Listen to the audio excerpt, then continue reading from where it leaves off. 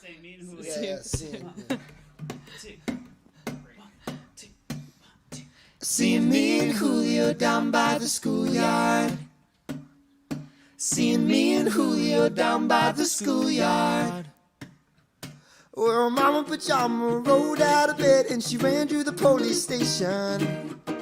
And when the papa found out and began to shout, he started the investigation. It's against the law. It was against the law. What that mama saw. Oh, it was against the law. And Mama looked down and spit on the ground every time her name gets mentioned. And Papa said, oh, if I get that boy, I'm gonna stick him in the house of detention. Well, I'm on my way. I don't know where I'm going. I'm on my way. I'm taking my time, but I don't know where. Goodbye, Rosie, the queen of Corona. Seeing me and Julio down by the schoolyard. Seeing me and Julio down by the schoolyard. Woo!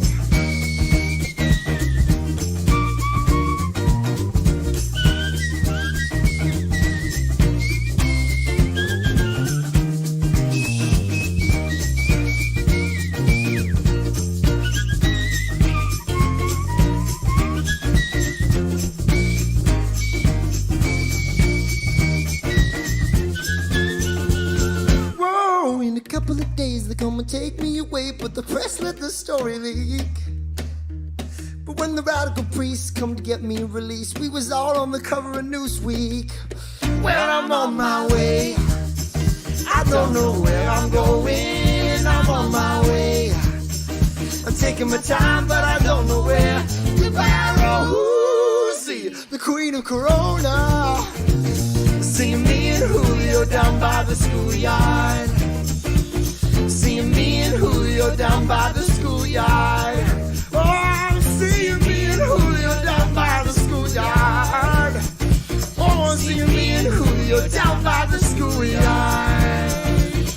Oh, down by the schoolyard. Oh, down by the schoolyard. Down by the schoolyard.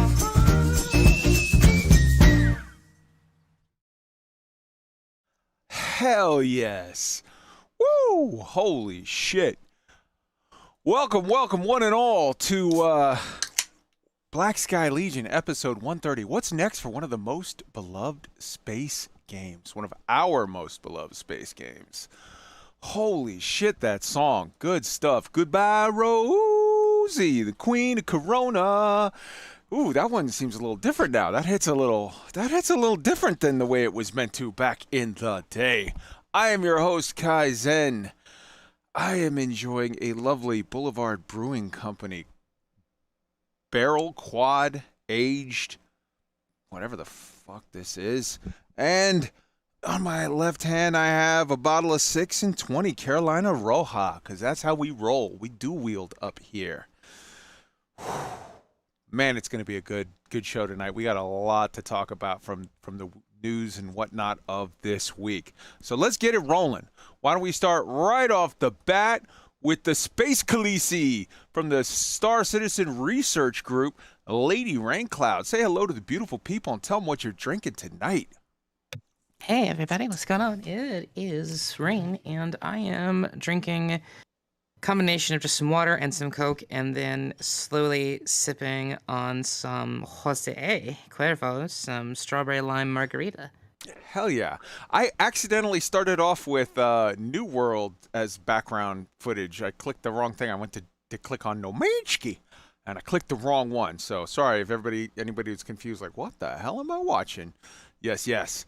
A little tequila, a little Cuervo. That sounds legit. All right. And also with us tonight, we've got from the Star Citizen Researchers Group, we got Chad Lozan in the house. Say hello to the beautiful people, Chad. Hello, everyone, on this wonderful Friday evening. Yes. What you drinking, brother? Just a zero sugar peach iced tea from Snapple. All right. Want to call out Windlord, sipping on gin and juice, laid back with my mind on my money and my money on my mind. We also have SOUVARINE, he of British space goodness, now in Cambodia. Yeah. Say hello to the beautiful people, Suv, and tell them what you're drinking at, what is it, 7 in the morning there? 7 a.m. Yep, I just woke up. I'm not good at. I'm not good at like remembering when podcasts happen. I'm very sorry. Nah, no worries. I thought I'd given myself an hour to go and get breakfast and chill out, but I literally, like, my alarm went off. I cursed it, and then I reached for my phone and saw a cacophony of pings, and messages in capital letters. So I was like, oh fuck. So I am not drinking tequila. I'm drinking coffee because it's 7 in the morning. Hell yeah. Coffee's good, Not that that's so. an excuse. Coffee's good. It's, yeah.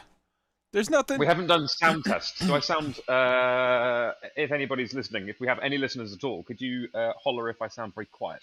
You sound good. You sound just fine. And look at it this way. You can do the show, get that out of the way, and then go pick yourself up some baisak truk, the rice and pork. Yes. Hell yeah. Fuck, I love baisak truk. Hell yeah. All right. And last, but definitely not least, I saved him for last this week because I wanted to give him a special salute. We got the tactician in the house, Tweak74. Say hello to the beautiful people, Tweak. Hello, everybody. It's been a long week, but we've made it to Friday night, and we're going to have some fun conversations, I have a feeling, this evening. Hell yeah. All right. So I want to give a salute to Suv. Last week we had a little reunion. We had a little Lave Radio reunion in the house. And I've said that this is a thing that I wanted to do sort of every week. I wanted to hit up the top posted, the top rated comment, so that people that post in the comment section can actually sort of, can see, their thoughts that were expressed, shared. So let's click on that one and look and see what is the top voted one right now. It is, oh, yikes. It's good to hear Ben and Suv on the radio, not in the padded room of Lave. That was brutal, but I can't say that it's wrong. And that had many replies, and they were pretty spot on. Elite just okay. So, yes. So that was the top rated comment. If you want to see your comments put read out on the air, then for sure post in the comment section after this stream is done on the video and YouTube. And hopefully people will like what you had to say, and we can read it out next week on the show. So let's do a real quick round the verse and see what have people been up to this week. What's new? What's been going on? As for me, I'll hit myself first. I want to say I was super psyched this morning. I took the day off. I had to take my car into the shop to get it inspected, for the annual inspection. And so I took the day off of work. I, number one, had some surprise announcements, some news, some good stuff that was happening. And I was like, oh, that's cool. That looks interesting, whatever. Then Jake Acapella popped into our chat in the Discord. He of CIG. Well, now it's not even CIG. It's CI now, but everybody still says CIG. But he of Cloud Imperium community management team fame, and he's the guy who does the roadmap roundup. Yeah, that's the name for it. The proper title. Yes. Yes.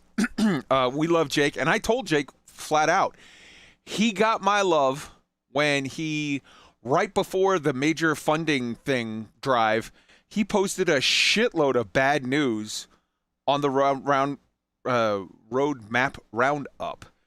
And I know that that's going to sound like weird to people, but it's like the fact that, to me, that says the roadmap roundup is not a fucking marketing ploy. It is not whatever. What it is is them communicating with their people, good, bad, or otherwise. They have good news, they tell you. They have bad news, they tell you. They could have very easily buried that shit for a week, made the monies, and then, released all of the bad news and the whole oh yeah, and this also happened, and moving on. They didn't. They hit it head on. I fucking appreciate that. So it was super cool to see Jake in the comms, and then I went and got tacos, which were delicious, and while I was eating tacos, CIG announced, hey, guess what, guys? 317 is live. Have fun with it. And I'm like, fucking hey, this is a good day. So that's been me for the week in space games and whatnot. Let's go around to Chad. Chad, what's your week been like?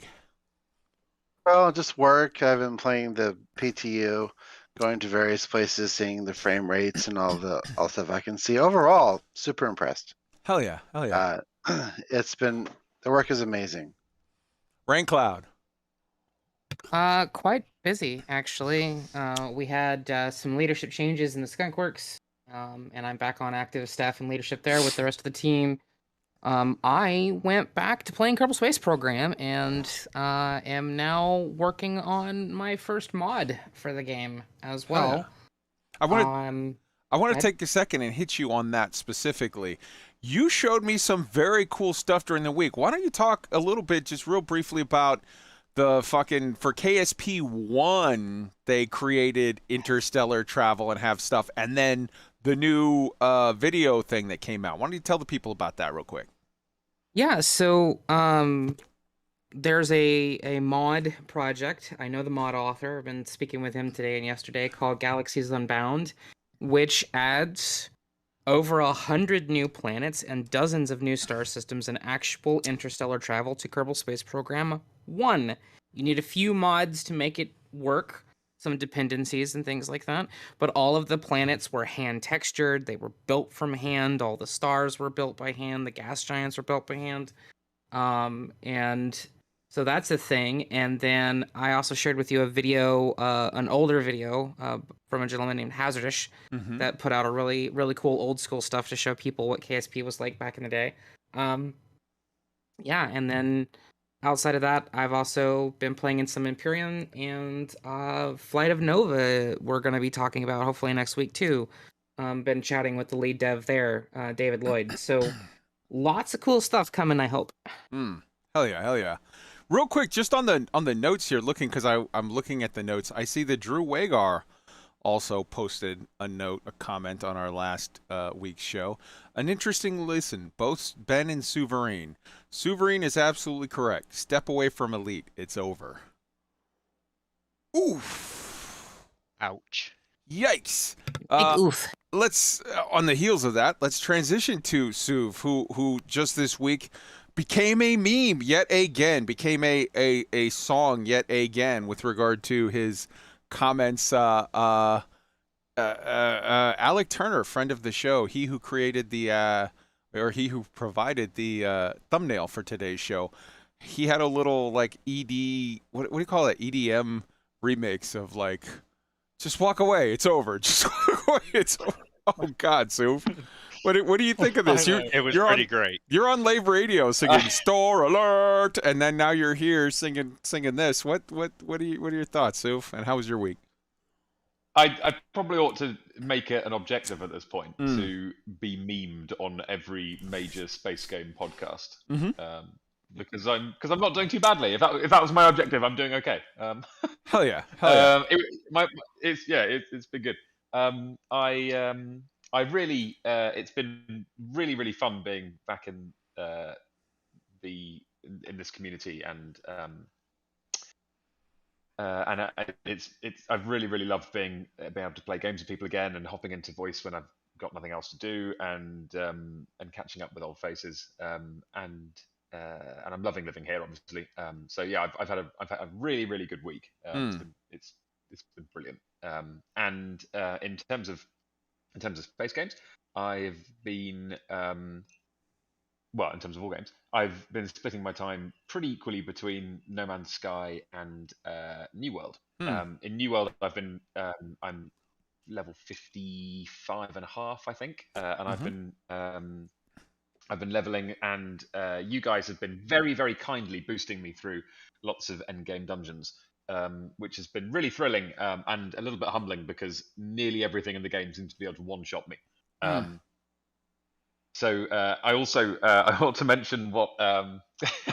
So I've been playing with Chaos, who's one of the BSL one of the BSL people, who I think I'm not sure how much she was in the community when I was last around, but I don't remember.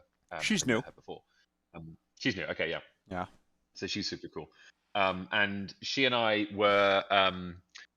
we were sneaking around Merkgard, which is the late game area, on I can't remember what day it was, 3 or 4 days ago. And she was like, "Oh, we ought to do this. We ought to do a naked run. We ought to try and sneak to the next waypoint completely nude." And I was like, "Yeah, okay, let's do it." So we took off all the gear from our characters, and then because what we were doing is we were sneaking around, jumping on rooftops and stuff, trying to uncover, trying to see if we can get through the end game area without having combat. And it was going really well. And then we found that so funny, and she kept on her boots, and I kept on my cowboy hat.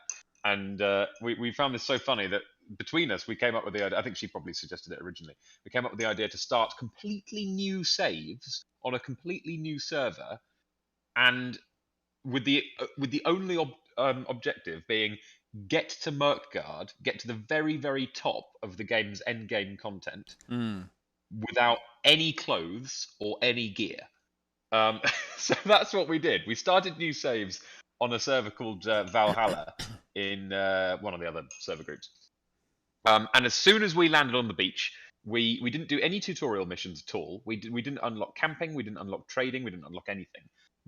As soon as we got on the beach, we took off all of our clothes, and then we just ran all the way from the beach in Monarch's Bluffs, all the way north through in Monarch's Bluffs town. We put out a call to ask if anybody could. We said on global chat what we were doing, and we put out a call for help. And somebody eventually donated us 2 spears, which you can use two-handed weapons to help you boost up rocks and things. So we ran all the way from there, all the way to Merkgard, which is the kind of Mordor-esque town in the most northerly high-level province, to the door of the dungeon there, which is the game's most dangerous content. We did it in about 3 hours, and then we spent, and then whenever any like jacked up level 60s came to do this like top level dungeon, they saw 2 naked level 7s just dancing around at the door. Yeah, dancing, offering, and I was posting stuff in the local chat saying things like, "I'm looking for DPS, looking for a group. I'm level 7 with no gear at all." Oh god, it was so good. It was so funny. That sounds like some good, anyway. clean fun. I want to address. I want to address and give you the opportunity to address the comment. It was the top posted comment about it was good to hear you on our show and not the padded cell that is Lave or whatever. I will say this to Card, who posted it. You got a lot of upvotes on it, and I get the sentiment with regard to Elite is not great these days, but I will tell you, it's always been my impression that Suv very clearly spoke his mind, even on Lave, and I don't remember him being particularly curtailed in expressing his opinions. So I've always felt that he was honest about the good and bad of Elite. Even, when he was on Lave at all times. He hasn't been on Lave for quite some time, and I think that maybe is for a reason. And I'll let him speak for himself, but he's always been, I've found that he was never, I don't think he was in any way ever forced to be a Pollyanna or whatever. He's been highly critical of some of the design decisions going all the way back to Beyond Update. Suv, do you have anything you want to sort of respond to that one real quick before we move on to the news? I know what Cade means. It's refreshing to like podcasts have different tones, and the leaders of online communities tend to set the cultural tone for their community. And BSL has a different has a different feel and atmosphere to Lave. Fair. And that is perfectly normal, and as does every other online community or podcast or content platform. And I think I don't think that I curtailed my opinions on Lave particularly, and I don't think that those guys ever tried to censor me or anything like that. I loved my time on Lave Radio, and it made sense in terms of my use of time and lifestyle to step back at the time I did. But those guys are still really good friends of mine, and I hope that they consider me the same. Awesome. And I think that the two shows have different feels, and I also think that the other thing is my attitude has probably hardened and changed as well. If the tone of what I say about stuff changes, it's not necessarily to do with censorship or otherwise, or feeling pressured to do it to express any sort of opinion, but it's probably as much to do with my attitude to what we cover changing over time as well. Completely fair. And a huge salute to Chaos, who's in the chat, and she's waving. She's like, oh, that was me from the Naked Run story. Tweaked, tell us a little bit about your week and what's been going on. I know that you are madly in love with Star Citizen, so you are going to be super psyched for 317. But absolutely. But I also wanted to give you a chance to express. I think you said a little earlier to me in the week that it's like, hey man, I just had a fairly decent experience in Elite, and I'm feeling kind of like, ooh, wow, that's weird. So let me give you an opportunity to express that to the people, because I think it's important that we have sort of a fair and balanced view of all things. Hit it. Yeah. I well, Monday night I sat down to play Star Citizen as normal, and as you guys have always said, Star Citizen will have those nights where nothing wants to work right. It just tells you to go play something else. So I sat here debating on what to play, and then I got a message on Discord, and long story short, I found myself back in Elite. And I parked myself in one system. We had some BGS stuff, needed the influence raised up a little bit, so I was like, all right, I got nothing else to do tonight. I'll run some missions. So I parked myself in this tin can station in some nobody system out there, and I'm running bounty hunting missions. I'm running smuggling missions, and I'm having a pretty decent experience doing them. The combat, the AI at any kind of like medium or high security are ruthless if you're by yourself. They are ridiculously good. And I went back to the station, and I was expecting to see the NPCs pretty much static, the way they were when I left, kinda. But they weren't. Some of them were sitting in other places. Some of them were different. And as I kept working, I noticed some of them, they were like all gone and all different, which was kind of giving the feeling that it was an actual station where people were coming and going all the time. Then I moved over to a different OPIC system, which when I got there, I discovered, I went to my panel and looked at the BGS state, and lo and behold, we have a pirate attack going on. My shuttle pilot, because I had to go to jail to the prison barge and take a shuttle back. My shuttle pilot turns to me and says, I hate these damn pirates in this system. They make it so hard. I'm like, wow, that's kind of cool. They're responsive to the BGS state. I didn't realize that. And then I was in the station walking around, and the same thing. There's NPCs that stop and have conversations talking about the BGS states and the pirate attacks and all that. And yes, good point, Jay. The music in the bars. Oh my God. Did they pick the music right? They nailed that stuff. There is some great music. And it's not all the same music. Different bars have different vibes, and the music kind of goes with that vibe. It's pretty impressive, really. But I was kind of taken aback by those small NPC details, because when Odyssey was coming around, they told us that the station would show the flavor of the leading faction or whatever. And then we really never saw that. We didn't see any like color schemes or any OPIX flags or anything like that anywhere. Hmm. But what I am seeing now is the environment, the NPCs around me are reacting to the actual BGS state, which is a nice little detail that somebody put in there that nobody is really looking at. Nobody's noticing. Okay. And you wouldn't notice it unless you're parked in one station working it like I was for a whole week. Hmm. There's still no visual. One thing that upset me about Odyssey is that there was no. In the early days, they talked a lot about how the BGS state and the allegiance would affect your experience of going about your business, and it seemed like the the concourses were it seemed like whoever said that had left the building when the concourses were designed, because they were all the same. And it seemed like such an easy win, given how much lore we have on like what the Empire wear and what the Federation, and what the Federation wear and what their cultures are like and all that sort of thing. It seems so easy to make it so that an Alliance station looked like an Alliance station and an Empire station looked like an Empire station and that sort of thing.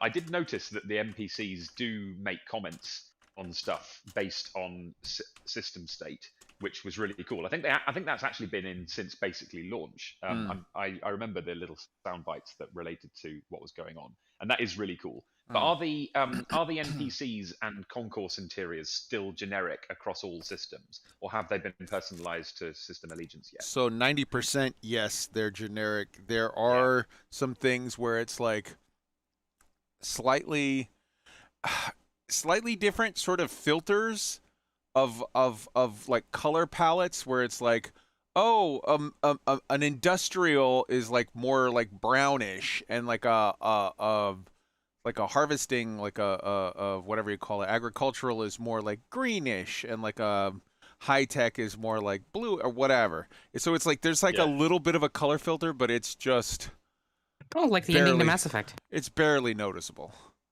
Yeah. Okay. Yeah. Yeah. Okay. Yeah, they did do great with the interiors of the stations. There's no doubt about that. But they did do good with the bars. The bars are lit pretty good. The music is great in the bars. Yeah. And the missions, I took a kill mission. It sent me down to a settlement to kill some. I think they were civilians actually. So I was being a criminal. And what I don't remember happening in patch 7 or 8 is after I went down there and tried to sneak around and kill my guy, but it turned into a big shit show and I was running for my life. It was very Han Solo. I went in there with a plan to be all sneaky, and then something went wrong and the whole settlement was alerted to my being there, and everybody came after me. Yeah. It's just, they were so good. And then I hopped in my ship and made my great escape, jumped to the next system, and lo and behold, they sent ships after me. So I actually had to have space combat with their people coming after me, the bounty on my head at that point in time. Which kind of connects the planet stuff with the space stuff just a little tiny bit, which I hadn't done before. Yeah. Yeah, 100%. All right.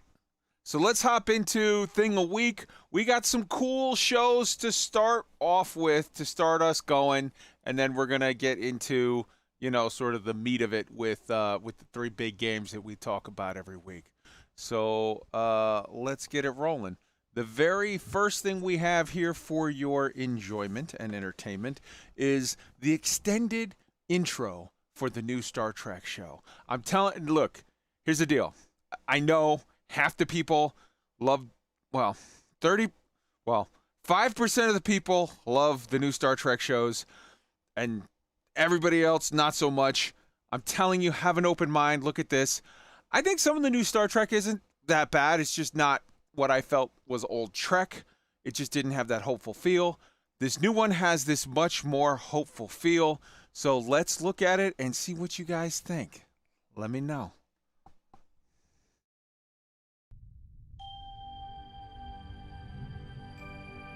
Space. The final frontier. These are the voyages of the Starship Enterprise. its 5-year mission: to explore strange new worlds, to seek out new life and new civilizations, to boldly go where no one has gone before.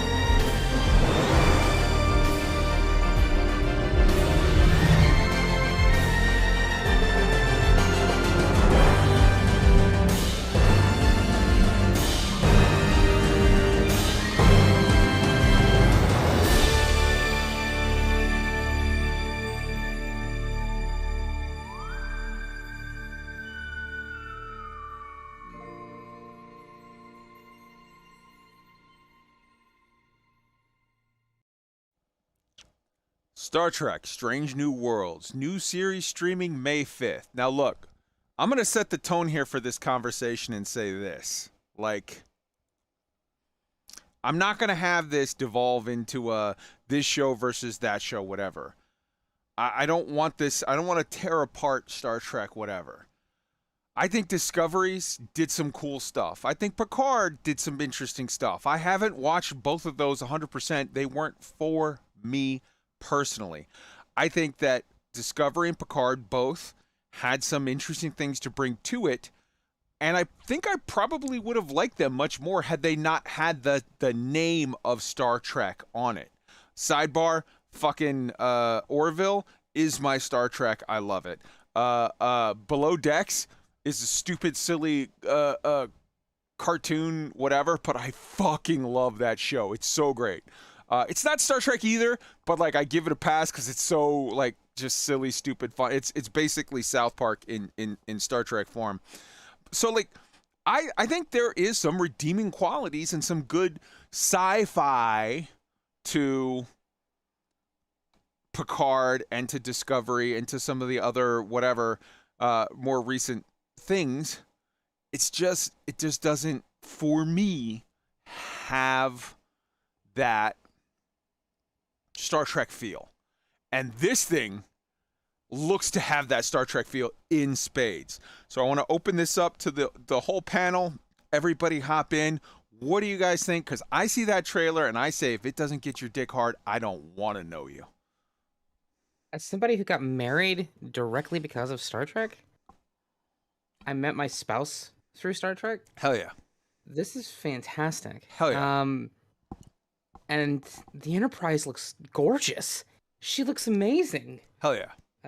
So, and I enjoyed bits and pieces of Discovery, like, you know, when they brought back the Guardian of Forever, you know, I am the Guardian of Forever. I thought that was the coolest thing ever. From the original series. Yeah, From the original, with the original voice and everything. Yeah, and I thought there's a lot of really cool stuff in Picard, especially season 2 when we got the actual fleet. Okay. And they started expanding on, this is why the first season fleet was the way that it was, because of all these reasons.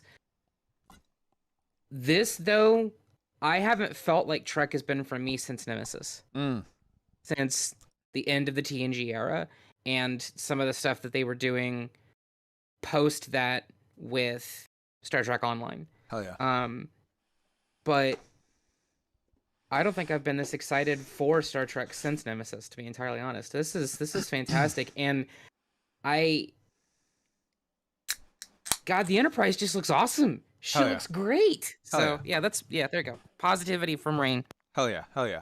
And so this is streaming on Paramount Plus or whatever the hell, coming May 5th. It's right around the corner. Drawback, but meh. Here's the deal. Like, support it if you want to. We live in a world where people. I'm not your dad. If you got to steal it, Well, you do you, boo. But just fucking watch it, because goddamn, it looks good. And how about this? If you're like, because I've seen in the comments, I've seen same writers, same producers, I don't trust it, whatever. Okay, do this. Make me a deal. Go steal it. Watch the first episode, right? If it's good, then pay the man his money. Do whatever. Like, you know what I mean? Like, you do you. Guys, what do you think? Tweaked, I know you're a Star Trek fan. Come on. I know you love your wars, but you also like some Trek. Not as much, but you still like it. Yeah, absolutely. Star Trek was number 2 to Star Wars for me, and to me, I agree with you totally. This show looks more like original Star Trek to me. It looks like the original series. It looks like the Next Generation. It has that feel to it, which I'm all for. I do enjoy the wars, and I enjoy some of the stories of the new shows. Especially, as Rain said, Season 2 of Picard really has kind of turned things around, and Season 2 is much better. It's Star Trek to me. But this show definitely has that feel to it. But, as I will say with everything, it's not out yet, so it remains to be seen how good it is. Fair. I get it. Chad? Yeah, it looks good. I like Anson Mount as an actor. He was the best part of Season 2 of Discovery. Hell yeah. And it's going in the right direction now. Of course, this has to work financially for Paramount as well, because they're taking a big risk on this to try to get this making money. And their service has changed a couple of times, and they keep on trying new things. Okay. I'm hopeful that it's good, that it doesn't preach at you, that it just tells good, fun stories, and that it's a good show like the original Trek was, with Gene Roddenberry's vision of the hopefulness and positivity of the future, and to use your brain instead of your muscles to solve problems. Oh yeah, beautiful. Suv, what do you think?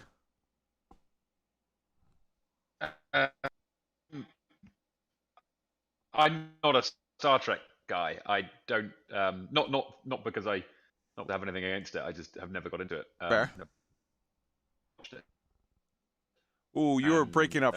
So I have no idea. I like the. I'm gonna have lag. This is a good for me to have lag. All right, Suv, go ahead and restart. The next person. Yep, go ahead and restart your stuff. No worries, brother. We'll see you back in a minute.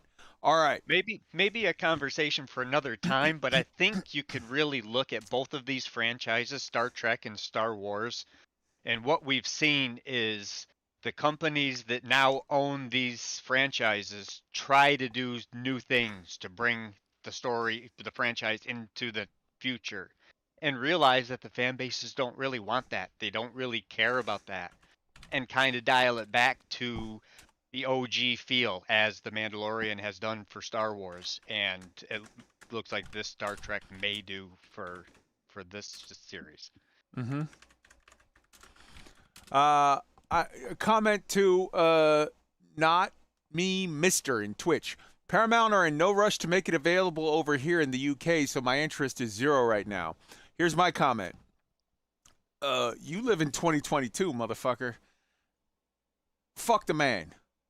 If you want to get it however you want to get it, you go get it. You could get it the day we got it, you got it if you want to get it. And there's nothing else I need to say about that. I think you make a very good point, Tweak, and that could be a comment, a conversation that we have. We do expand into a sort of extended conversation at some point along the way. Hell yeah. Speaking of Paramount Plus, anyone seeing Halo? It's been hit and miss. It's like it's an episode is, hey, that's all right, and then it's an episode of, and then hey, that's a little better. I love Pablo. Love the dude that's there. You know, he's legit. But Halo is got its issues, I think. I'm gonna wait and binge the whole thing. I'm gonna sort of chill for now and binge the whole thing as it goes. I looked into it a little bit, and we'll see. That takes us to our next show, our next thing of the week. Now, this is a little bit different, so bear with me, guys. This is not your standard spaceships go zoom zoom, but this is an amazing fucking thing that I didn't know existed a week ago, and I saw it, and I was like, I cannot wait for this, and it's coming on Amazon Prime in a couple of weeks for everyone to enjoy. If you don't find this amazing, I don't even understand you. Check this the fuck out.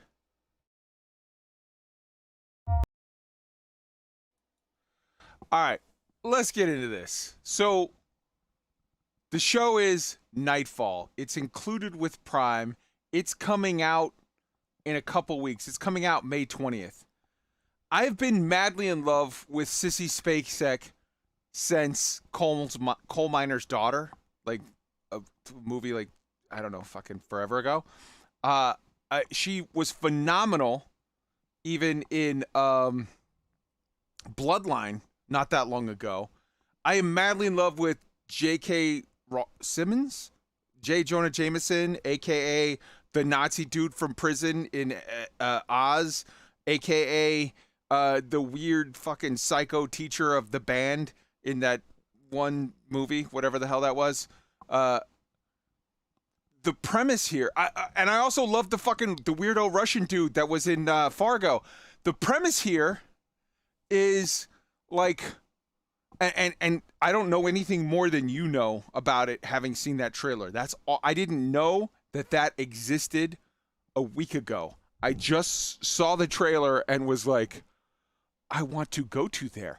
The premise is you have this amazing cast, and it seems to be some kind of weird fucking Lion, the Witch, in the Wardrobe situation of Sissy Spacek is just this random old lady who has a shed and has known about this for some amount of time, where you go into the shed and there's some Lion, the Witch, in the Wardrobe kind of whatever teleporter jobby business that happens, and boom, you're on some kind of a weird base on like a moon in some other galaxy, and you're looking at it like a ringed gas giant that's close by, along with other planets and moons and multiple stars that are all there, and it just is this thing.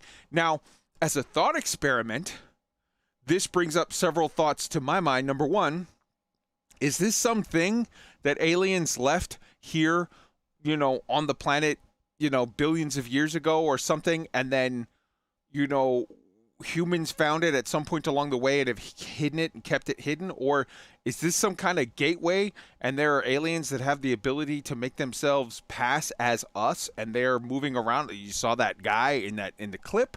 Like, I know nothing more than you. I have seen nothing about this and have gone out of my way to read nothing about this. I don't want to know if it's based on a book. I don't want to know. I don't want to read the wiki. I just want to experience it as you guys do. But seeing this, I am here for this story. I am so fucking psyched. Let's bring it around to the cast and get your viewpoints and thoughts. Who wants to go first on this one? Yeah, Well, I've okay, only first. seen. I thought it was. Okay, Suv, go first ahead, because you Suv. have a bit of lag, and then Tweaked. Go for it. Well, if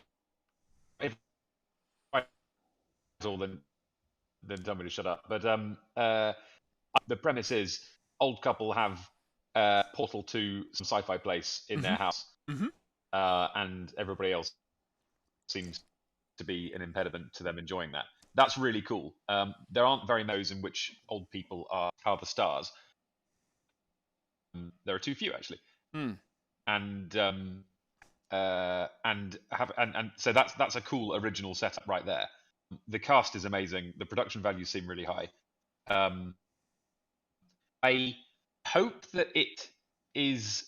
I hope it's deep, because the premise looks. The premise is really mysterious, and it doesn't. There's not a whole lot of. There's not a whole lot of. Very and I don't mind that. That's cool. That's really great. As long as the characters are good and the. All right, Suv, I'm sorry. Compelling, Suv, and all that kind of thing. And the idea of You're lagging so bad and roboting so bad that robot. yeah, we're not getting anything that you're saying. I'm sorry, bud.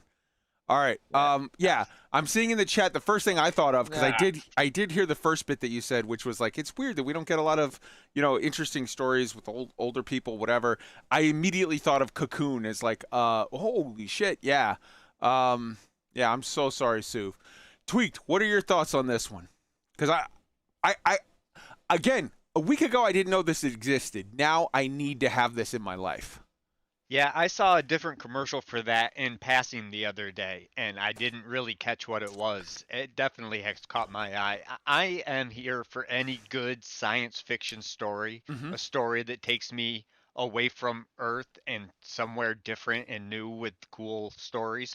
I've lived a good portion of my life with very little quality sci-fi coming out.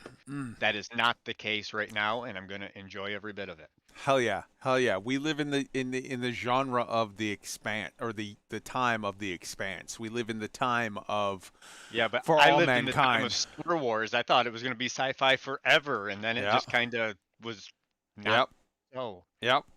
No, I agree. 100%. Here's what I love about this. This thing, so I love science fiction that's like hard science fiction. I love science fiction of the I think The Expanse is the greatest thing ever. I think For All Mankind is the greatest thing ever. I love all of that stuff where they get into it and it's rockets and it's this and it's that. But I also have a place in my heart for weird, quirky little stories that are, it's sort of on the border between sci-fi and fantasy, of like, there just happens to be this weird fucking portal in these old people's, shed underneath it in a tunnel. And like, well, it's like, absolutely. It's not like, don't get me wrong, I love sci-fi that's about thrusters and lasers and fucking whatever, but I also have a huge place in my heart for the idea of where it's this character story. It's, you love these old people and you just are like, it's not even about how it works. It's about, this happens to real people, not space people of, I'm a Beltalowda, I'm a this, I'm a that, but like actual, just like, I live in Iowa, I work at, Costco, and now all of a sudden I come across this. My wife lets me in on the secret of, hey man, she's had a tunnel underneath her shed for years that leads to another galaxy. And it's like, wait, what? Because me as a dude who lives in a row home in South Philly, if I were to meet somebody, if I were to fall in love with somebody, and then they were to be like, oh, by the way, I got a tunnel to underneath my shed, there's whatever, I'd be like, well, let's go there. Let's get some pizza and some beer. Let's go there. Let's look at other galaxies and smoke a joint and have a pizza and have crazy sex underneath the fucking, twin moons of a distant galaxy. Like, yeah, I want that.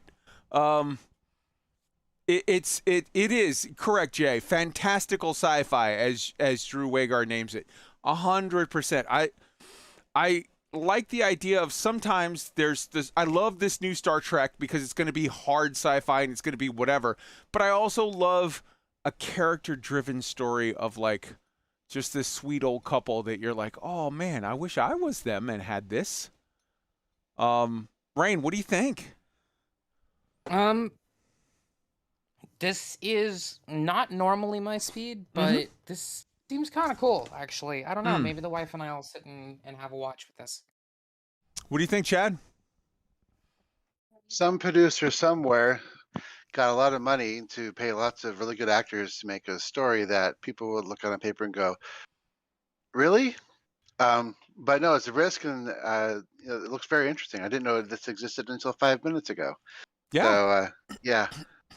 So I'm interested. JK is fantastic. Oh, I love JK. I love Sissy Spacek. I have time for anything that either of them do. This show is on Amazon Prime for free in America. Check your whatever. And also, by the way, VPNs exist. So be an American on May 20th if you happen to live anywhere else on the planet. You know what I'm saying? And it's there for you. Go check it out. I don't know. Maybe this is going to be absolute dog shit, but here's the thing.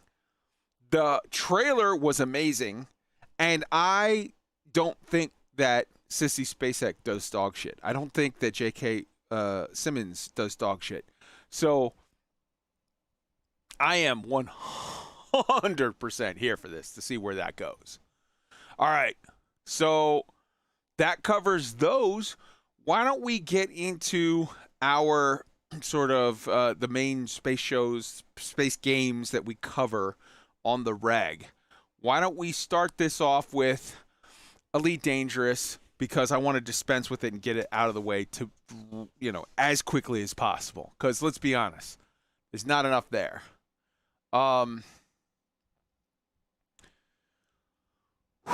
Elite Dangerous. So they announced on Thursday out of the blue after basically dropping Odyssey, which was, let's say, challenging last year. Dropping a bunch of updates that were, let's say,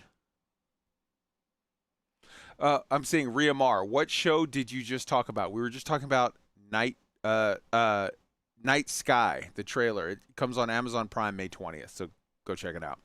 So Odyssey was challenging. Their updates were whatever. They said they were going to commit to actually doing good communication last year. They did it for a couple of months-ish, and then just in December said, hey, we can't wait to tell you what we've got coming next year. January is going to be huge. We're going to share a lot of stuff with you. January happened. They didn't say a fucking word. They didn't post anything on Twitter. They didn't do any updates. They didn't do any streams. They didn't do anything anywhere. February came. They did nothing anywhere. March came, and all of a sudden, I'm sorry. That's a lie. February, ARF tweeted towards the end of February or mid-February, hey, guys, we've got a lot of stuff that we're super excited to tell you. We just can't tell you until we can tell you. We'll be with you soon. Then they announced in a post, sorry, consoles aren't coming.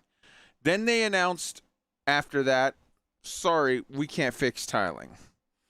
Then they announced, hey, we're bringing back the streams. We got a new show. It's going to be called Frame Shift Live. We're going to do Twitch drops. It's going to be awesome. We're going to engage with you. We're going to tell you lots of stuff. They did 4 episodes of that in which they did not tell us fuck all at all about anything. No dev news, no stuff that's coming. The only thing that they discussed is, here are some Twitch drops. Also Twitch drops. In case you didn't hear, we got Twitch drops. Oh, completely separate from that, we were able to give you Twitch drops. Also, new thing that we're doing, Twitch drops. And we have nothing to say about anything else, period. They did that. They dropped the update 11 that had fleet carrier interiors. That's legit. That's a thing. That's a real thing. That's tangible. That's solid. They should get credit for that. And then last week, they announced, or not that last week, sorry. On Thursday, they announced, hey, the stream's Frame Shift Live is on hold until further notice. We'll let you know when they come back, period. To which, on the forums, on their own official forums, they got ripped to shreds by everyone, including Obsidian Ant, who literally openly ripped them to shreds on multiple whatever on their official forums and on ARF's Twitter feed. ARF posted like, oh, here's how I feel today, and he posted the picture from Terminator of the Terminator walking forward while the cops are all shooting him, the 9,000 people shooting him, and he's like just taking the bullets and not doing anything. He's just like falling apart. To which, like tons of the White Knights posted like, you know, oh, we love you. We're delivering hugs. Here's some cookies. Have some hugs. Oh, are the people being mean to you? I posted on Twitter. It got deleted, or I think whatever. I posted a comment on it, which was like, it was just a gif of like me watching Karma, like, and it was what's her name, Adams, just sipping tea, like, oh, this is funny. Several people posted, you know, responses to ARF that were like, bro, this is what you get after what you just did. What do you expect? So, and there was some editing of some of the posts there, whatever. Everyone, like, Alec Turner posted that the screenshot that is the thumbnail for this picture. Everyone hopped in with like the take of basically, dude, you reap what you sow. You guys shit on your community, like have ignored every last promise that you've made, and now you're surprised that people are angry or not sympathetic to you after you've announced nothing good, literally nothing good all year. The only things you've announced all of this year is no consoles, and we're not fixing tiling because it's too hard. You've announced nothing. Then you announce, hey, this brand new thing that we've only ever done 4 episodes of. We went from, hey, we're going to do 2 streams a week where we update you on shit, to, hey, we're going to do 1 stream a week where we update you on shit, after not doing any streams at all for several months. The AMAs that you promised, gone. The monthly dev stream, live stream that turned into a monthly community manager post on the forum that turned into a we're not doing anything at all for 6 months and not going to talk about it, gone. Just everything gone. As Suv said on last week's, you know, show, and Alec Turner made a meme out of it. Now, by the way, when Alec Turner, the head of the Buckyballers, you know, sort of one of the pillars of the community, when he is ripping you apart, when Obsidian Ant is ripping you apart, like, that says something, man. You've lost your core. You've lost your group. Look at this week's not frame shift. Fuck, what was it? Which Space News? Burr, who has been solid. Burr has been the last fucking soldier saluting the FDev flag. Burr's Which Space News this week that dropped today was like ripping the shit out of FDev through all of it, and then at the very last bit was like, oh, and then there was this good news that we're going to have a stream next week, so maybe it's all going to be okay. But like, he was on the ledge through all of it, and then just stepped back at the very end. When you've lost everyone, that says something. So all of this happened, and then just today, Frontier tweeted, we're going to do a show next week on Wednesday instead of Thursday because it's May the 4th. So it's like, you know, May the 4th be with you, May the 4th be with you kind of thing. And on the agenda, we're going to talk about console transfers. We're going to talk about our big plans for the rest of the year. Now, a lot of people, a lot of the White Knights are saying, like, see, all of you guys saying doom and gloom, we're dead wrong. Everything is saved. The world is going to be great again. The streets are paved with cheese. Fucking Fievel with his hopeful bullshit. Here's my response, and then we're going to open this up to the group. All they said is this is on the agenda. It is not at all surprising to me if FDev does the stream and says, we're going to go through the agenda. Number one, with regard to console transfers, we're absolutely looking into that, and we'll get back to you when we have news. Number two, with regard to our plans for the rest of the year, we have many exciting things to share with you, which we absolutely intend to do as soon as it's appropriate, and we're ready. Like, for those of you who are saying, you know, oh my God, the world is saved, my response is wait and see, because I've gone on this roller coaster ride of fucking Frontier gaslighting me before, over and over and over and over and over. So I'll believe it when I see it. Until then, we'll see. All right. Opening this up to the crowd. I want to start with Sue first and pray to God that his fucking internet works, because goddamn, I want to hear from you on this. Go for it. How do I sound? Perfect. Talk quick. Somebody in the YouTube chat said it was actually on Twitch, but it's been been beamed to the YouTube chat. BAK Up said everything has been, we're not doing something, which I think they mean everything that they've communicated has been that they're not communicating anything, which makes, if a community manager repeatedly says that they're excited about something, and then the only communication there, if a community manager repeatedly says that they're excited about telling you something, but then the only thing that they tell you is bad news, or that ambitions are being diminished, or something's not happening, or something's being cancelled, or whatever, it's either very rude or shockingly poorly organized. I think I get it. Being a community manager would be very difficult. You take a lot of bullets, and you're responsible for delivering news that is not your problem. I really like. You have no idea. Yeah, I'm sure. I think Arf is a lovely bloke. I don't think it's Twitter's problem that he's had a bad day. And I get that if you're delivering bad news that is out of your control, it must be very frustrating. I've just had a look at the Steam charts for Elite Dangerous. The lowest point in Elite's development in terms of community engagement and sort of ennui and general kind of goodwill was, and also player count, I think, was in sort of spring summer 2019, when the game was basically put in maintenance mode. For those of you with relatively long memories, you'll recall that they stopped Galnet and they stopped community goals, and they basically hunkered down, and they were developing something that was very exciting, but they wouldn't tell us what. And everything stopped. The game, it was basically in maintenance mode.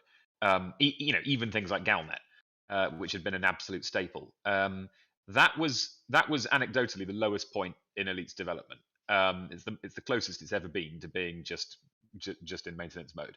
And the average players at around that time, it's looking like it hovered over the period at about 6,000 or 7,000.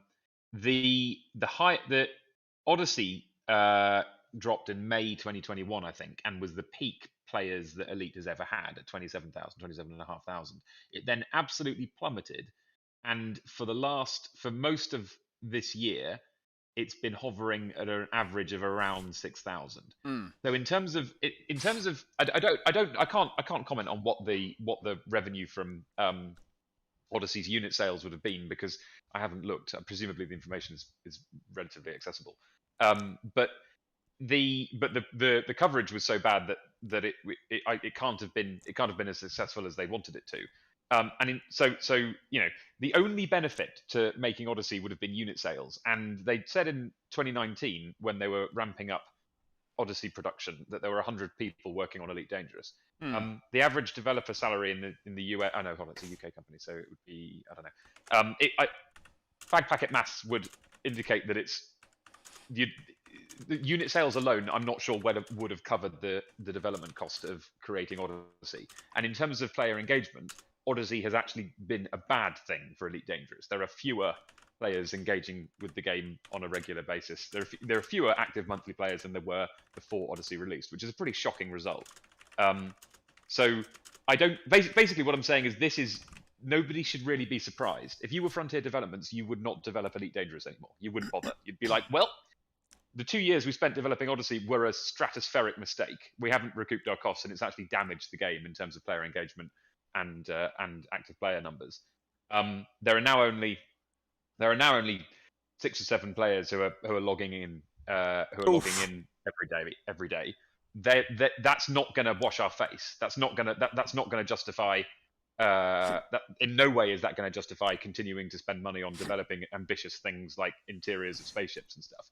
There's not, our work here is done. There's nothing here. So I don't think anybody who pays attention should not be surprised. It is not in Frontier's interests to develop Elite Dangerous anymore. It is not in their interest to have any developers on it whatsoever. God damn, man, you just killed my puppy. All right, so I'm seeing a comment in the chat that echoes a feeling that I've had.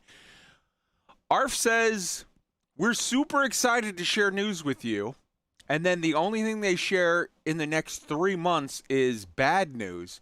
Either you're a fucking liar, or you're a sociopath that just wanted to kick me in the nuts for funsies.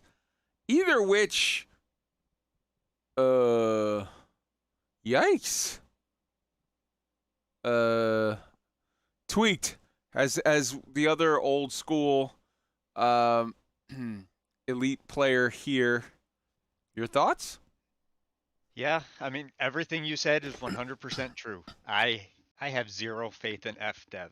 The one thing I will say is they don't usually announce we're going to talk about this and then not talk and then just say we're going to see what we can do.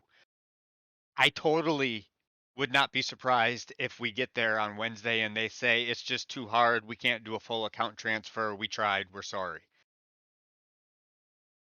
If by some chance they can do it, I'll transfer my stuff over to PC and I may play it for a while longer. Not full time, I'll be in Star Citizen more than anything, but as a secondary game. You can almost treat it like a single player game in that regard. Just play it by yourself and have fun when Star Citizen's buggy.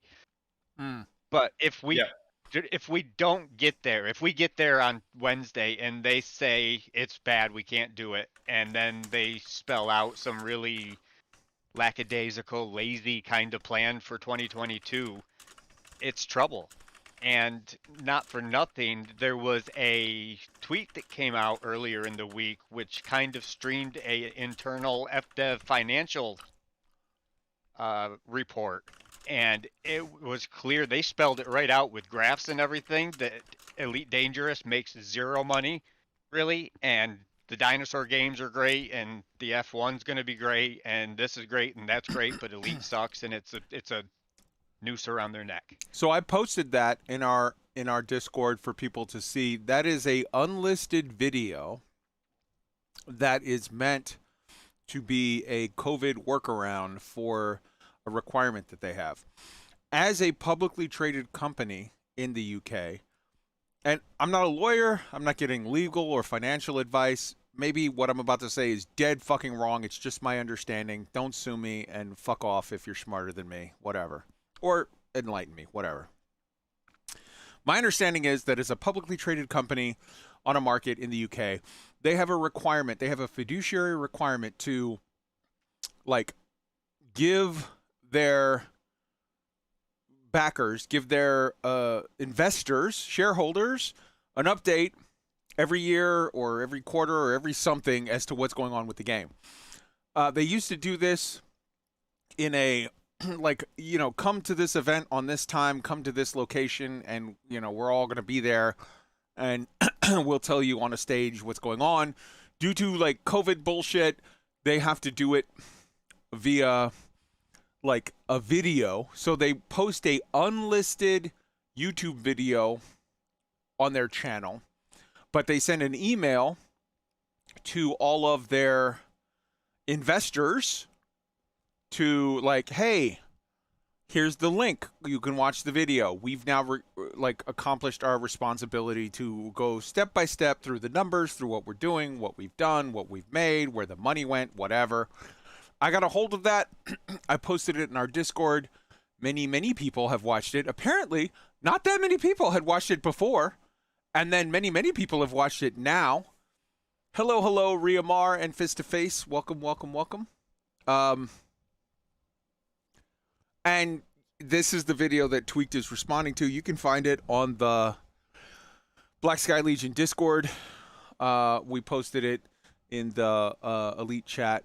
So feel free to come look for yourself. They literally talk for an hour and go through slides and say, here's the money we made. Here's where we made successes. Here's where we had mistakes or challenges or whatever.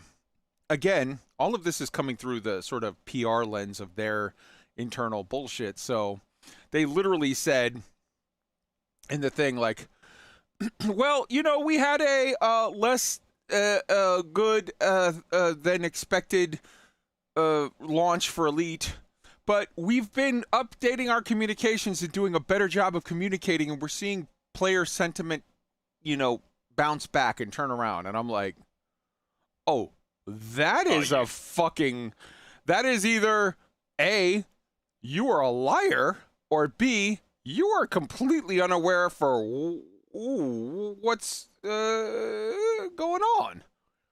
The tone of their communications to investors is very helpful. It's the tone of their communications to investors since the launch of Odyssey has been disingenuous. It's been a little bit in bad faith, I think. The phrasing that they've used has not been indicative of the situation. The launch of Odyssey was an abject disaster, and yet they've not really communicated that to investors sufficiently until now, I don't think. All right, so we also have to hear yet from Chad and LADYRAYNE. Let's start with Chad. What do you think of all of this? What do you make on this before we move on to games that are actually doing shit? So I looked at some of the Obsidian Ant's comments on the forums, and wow, there are some doozies. I think the best line was, also there's an argument to be made that Pollyannas are far more harmful to a game than negative Nancy's. And, that kind of sums up a lot of the wow. Yes. I agree with that. Yes. Absolutely. That's a quote from Obsidian. Wow. Obsidian Ant is very, he's very insightful. There is a very good reason that he's the biggest content creator of Elite Dangerous, and it's because he reliably gets the tone right. He reliably is on the right side of critical. He's very, very smart indeed, and always very balanced. And that is a really insightful comment. Apologists and people who try and drown out real criticism harm a game much more than critics. Yeah, and that happened rampantly around Odyssey over the last year. Oh, hell yeah. Go ahead, Chad. Yeah, and he posted this about 12 hours ago. Yep. And I watched the investment video. They glossed over Elite for about 3 minutes, and then it was Dinosaur Park and Zoos. And they talked about real-time physics and Jurassic Evolution 2 and all this. And it's like, David, nobody cares about real-time physics. They care about the money. This is an investor call. Why are you talking about technical things? And something that has been done in dozens and dozens of games over the last 20 years. I'm like, why is this literally a line item in their slide was this point? I'm like, why is this here? It was really just, there was no questions. It was just a group of people in the company. They went through the slides and they went through the finances and they used very vague terms, and that was about it. I will clarify that for you real quick, Chad. The reason why that was there's an old saying for lawyers, and I'm probably going to get this wrong, whatever. If the law is on your side, argue the law. If the facts are on your side, argue the facts. If neither are on your side, bang your shoe, yell eloquently, and try to just throw in some filler and muddle shit enough that people who aren't paying attention, jurors, whatever, people who don't know what the fuck is going on, will go like, oh, okay. And you can baffle them with bullshit. That's what all of that stuff was in there, because we don't have good financial news to tell you. Our stock is down 60% from last year. So we're going to baffle you with bullshit and have some filler, because people expect this thing to last an hour. And if we just go through the financial facts, we're going to actually have to talk about the fact that our shit is fucked. You had a point, Sue? Yeah.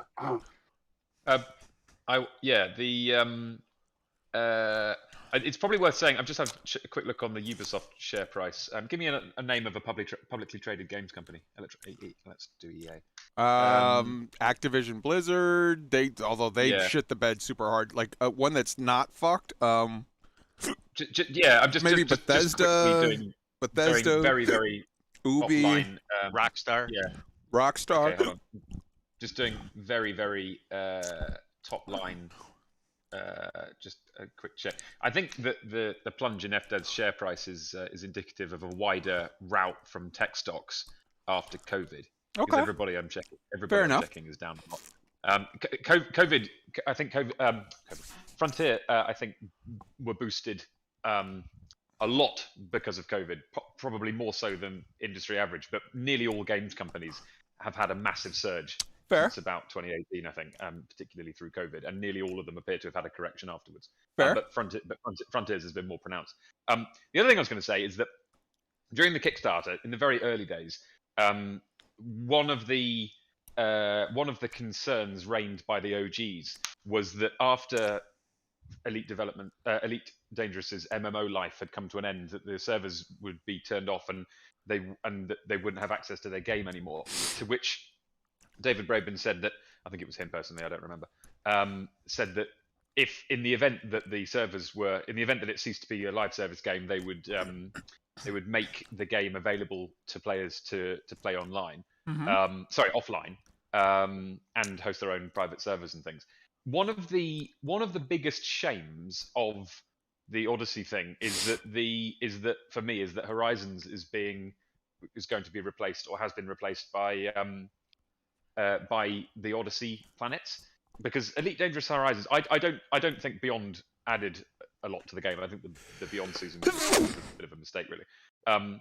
But that said, that the game has not been healthier than the healthiest the build has been the build immediately prior to Odyssey. And personally, I still miss. I used to, even after I stopped playing Elite Dangerous like a second life and started just, there was a long time where I'd just log in for an hour or so a day and just do a couple of trade runs and in my Oculus Rift and really be moved by that. Fuck, I'm in space. This is great.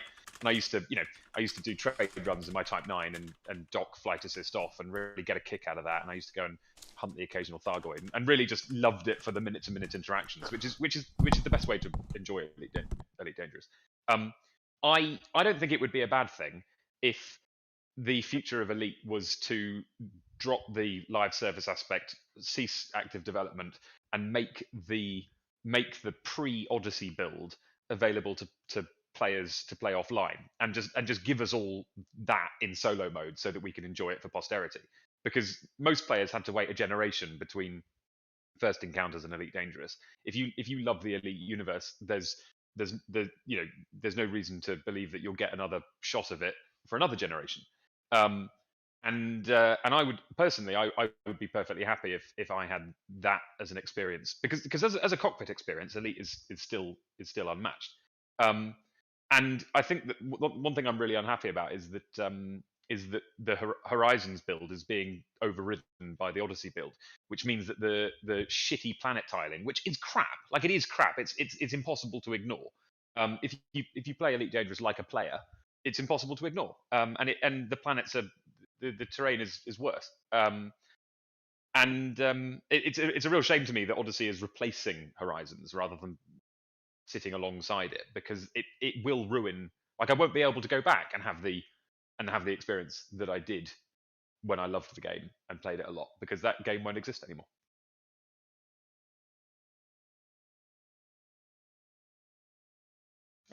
I can't hear you. That means bad things. So, my turn? Sure. For it, right? Yep. So, I can hear myself.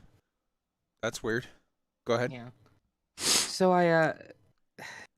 like I was talking to Tweaked earlier, and like I said last week, I miss loving the game, and I don't anymore. That's the problem. I know some people still do, and that's fine. They're allowed to. I'm glad they have something they can cherish. But this, again, it just continues this trend of I'm not even angry anymore, right? I just think it's funny now. It's like, yeah, what are you absolutely. doing? What are you just This is ridiculous. Like, again, I've been a community manager for 4 games. I've never acted like this. I've never seen other CMs act like this. I've never seen the teams that I've been a part of. We've never had this type of communication, like, breakdown. Like, I don't, at this point, it's just silly. I don't understand how people can say that Star Citizen is doing nothing with a patch coming out every 3 to 4 months, while Elite, I'm supposed to be happy that I got 1 more ground vehicle 6 years later. I'm supposed to be happy. I keep getting told, you're not allowed to complain anymore. They gave you a 2nd ground vehicle. Okay. Yeah. No, I'm sorry. Let's go back to the video of David saying you're going to get many and different types with different functions and different features. Yeah, absolutely. I am supposed to just be okay with the 32, I think it's 31, 32 ships in the game. Even though there are ships that are, like, literally demonstrably better than other ships. And it's like a vertical progression, at least from my perspective. Like, at this point, I'm tired of being told that I'm not allowed to criticize Elite from certain individuals, nobody in this community, because, well, they are giving you stuff. You should be happy. And it's like, okay, I guess that I've gone a week without eating because, like, somebody is keeping food from me, but I should be glad they gave me a burger with meat and 2 buns on it when they promised me a big old gourmet burger that's like $30. Like, that's how it comes off to me, is you're saying, go to McDonald's and get a little $1 burger with some cheese and some meat and some ketchup on it between 2 buns, after the person told you they were taking you to this big place where it's like $15 a burger and it's massive and you can do everything you want with it. At least you got something, even though you haven't ate in a week. And I just continuously ask, the reason I bring this up every question is, why is it in the games industry this is entirely okay, but in no other industry is it? Not with cars, not with clothes, not with food, not with, like, oh, you know what? Just be glad your RTX 3060 lasted a week before it burned out. You're not allowed to criticize NVIDIA for that card burning out. Hey, they're going to get you another one in a year, maybe. Like, why is it this industry is the one that gets the pass for everything, but no other industry does? Totally agree. Totally agree. We've trained, consumers in the games industry have been trained to accept such bullshit. The fact that now we've been trained to pre-order things rather than, like, I remember when, I don't remember very well because I'm not that old, but it wasn't that long ago that demos were a thing, and games would routinely give you a demo for free to encourage you to buy their game. Now, not only do you not get advanced tastes for free of what you're going to get, but but it's flipped on its head, and we've been trained to pre-order things. So we've been trained to pay up front in full for something with absolutely no promise of quality whatsoever. The games industry, probably because it's a new industry, but it is fucked. And the consumers really have been trained to accept some bullshit. While I completely agree with LADYRAYNE's point, I want to sort of respond to a point that Suv made before, and that is this. David Braben promised that if the servers ever go, the code would be accessible for people to play it as an offline game. David Braben also promised that it would be originally offered as an offline game. David Braben also promised that we would have ship interiors and the ability to stow away on other people's ships. David Braben also promised that we would be able to land on a full spectrum of worlds, of various atmospheres, that we would be able to hunt dinosaurs from our Cobra, and many, many other things. I have immense respect for David Braben as a game creator, as a coder, as a person. He has ceased to be all of those with the exception of person for some time.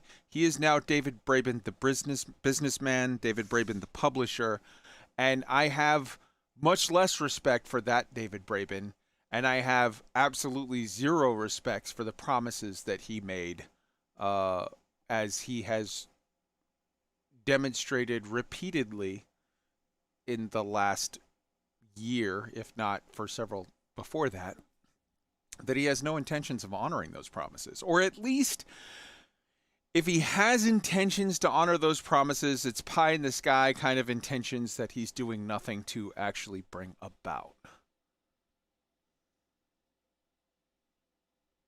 Anybody got a response to that? I guess Suv at first, because it was your comment, and then anyone else?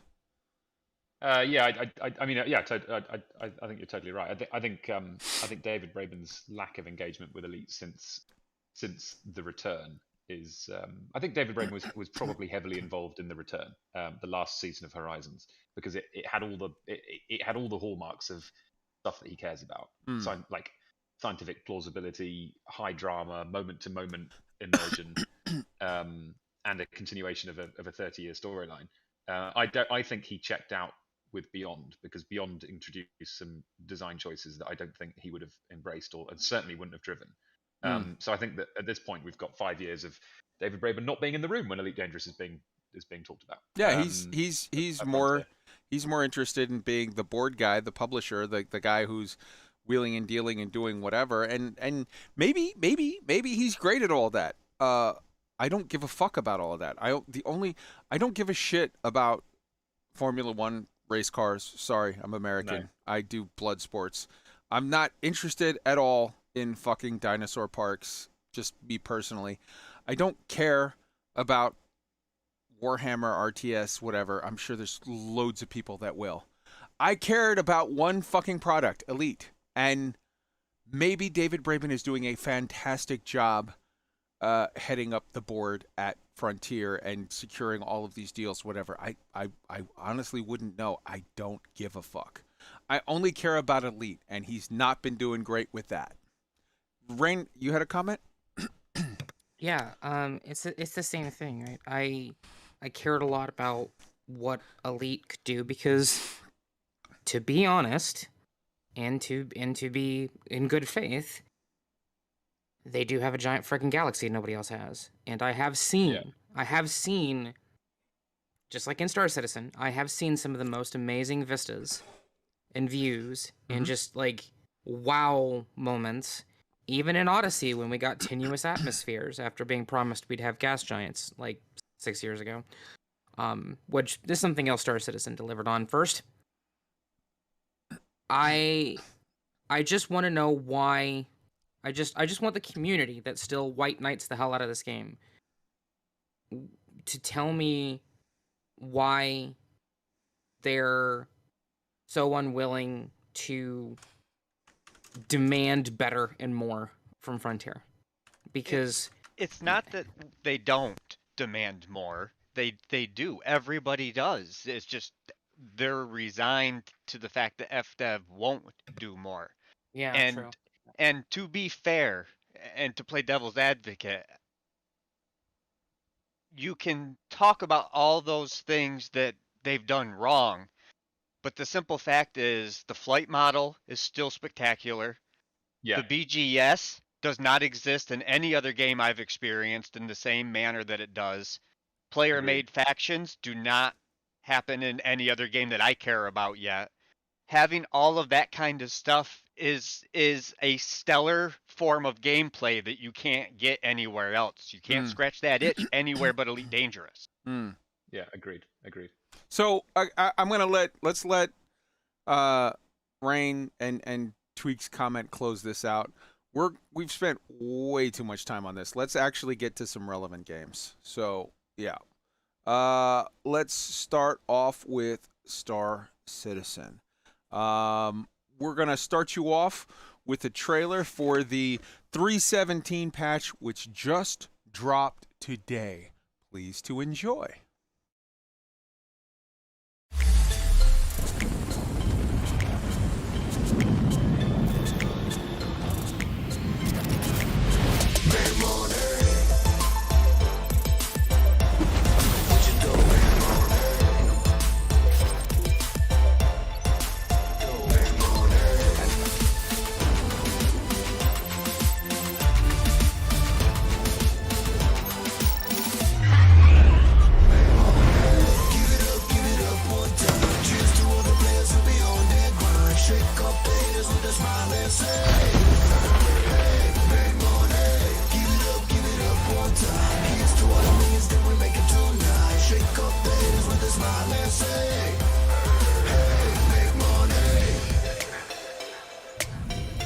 Just how we doing, man.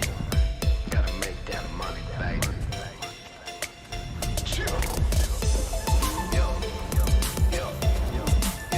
make money.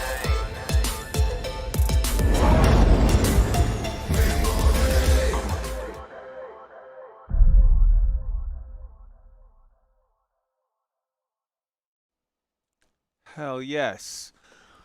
All of these links will be available in the chat. You know what? I'll put them in the notes, but I'm also going to put them right now in the live chat. All of the links for all of the trailers and all of the things that we've showed you so far. I'm going to now hand this over to Rain and Chad to hit us up with the, stuff about Star Citizen this week, and then everybody's going to hop in and comment on them as we go. Start us off. Yeah. So that was a fun trailer. It's like, where's the fun in games? And this is fun. Games are supposed to be fun, and they're not a second job. They're not supposed to be a grind. It's supposed to be fun. So this is what I think they're trying to deliver with this. Make it more fun. So first off, there's a page that explains all this. So selling. So you looting stuff. There's lots of loot. They even fixed the loot bug where it had larger like rail guns and stuff. So that all works. You go, you kill things, you loot stuff, you go sell it. So now you can make money, and you don't have to be a pack rat anymore, and you get to sell everything back to vendors. If you sell items like guns to a gun vendor, you get more money as opposed to selling them to a clothing vendor. So there's some consideration on what you're selling to who, in order to get the maximum amount of money for your loot. They don't have player-to-player trading yet, but I'm sure that will at some point come. A lot of the items are no longer available in stores that are loot only, and the big one is you can now loot items that were subscription only items until now. So there's a 3-month window when subscription items will be exclusively available to subscribers or to those who buy it for real money. Then after those 3 months, they will show up in the loot table, and you can loot them from your adventures, and then get these cool items just by playing the game. So that's a lot there in this one thing just called selling. And then there's ship-to-ship refueling. So the Starfarer now has a purpose. It's no longer the flying Quake maze. It's actually a ship that has a use. So it can now refuel every ship in the game. It has a whole system in place where the owner of the ship can buy any variation of quantanium and hydrogen fuel, within 6 different tanks. Then they can sell to players. They can set their own price. The player can agree on said price and the quantity. It can be free or it can be expensive, whatever. And then there's a big gameplay involved in getting the thing out and lining up your ship to it and pumping the gas without blowing the lines. And so it's a very hands-on experience. So now players can get refueled in the field and preferably in 0G. I don't know if it works in atmosphere, but so that's in. So if orgs like the Fuel Rats and others want to now do that, then they can. Mining gadgets. If you have a giant quantanium rock you want to crack with your little prospector, now you can. You get the right mining gadget, you tune it correctly to the rock itself, and it will lower the resistance. And with luck, you can crack larger rocks and make more money from these asteroids, either on Lyria or in the Aran Belt. If you live on Lorville, now you have a hospital, full service hospital. Go to the hospital. It's great. The recordings are very Hurston, depressing kind of messaging. It's great atmosphere. They did a fantastic job as usual. It's integrated into the landing zone perfectly. 2 thumbs up for the Hurston Hospital. And then the New River Singular is in the game. And on Microtech, it's 420 kilometers and 205 degrees from New Babbage or so. I've been there. It's It works great. Looks great. You can go in the water as long as you have a full suit on. You won't drown. You won't get killed. You can even set an jump into the lake at the end on the edge and pretend it's a boat, but it's not. But the landing gear is so gigantic that it doesn't matter. And it looks fantastic. This is just a test. And then once they're happy with the results, they'll spread it across the system like wildfire. It'll be all over New Babbage, all over Hurston, all over where appropriate rivers, and then eventually lava flows and sulfur streams and other stuff, most likely in Pyro. Mm. So yeah, that is the top features for 317 on the main 317 page.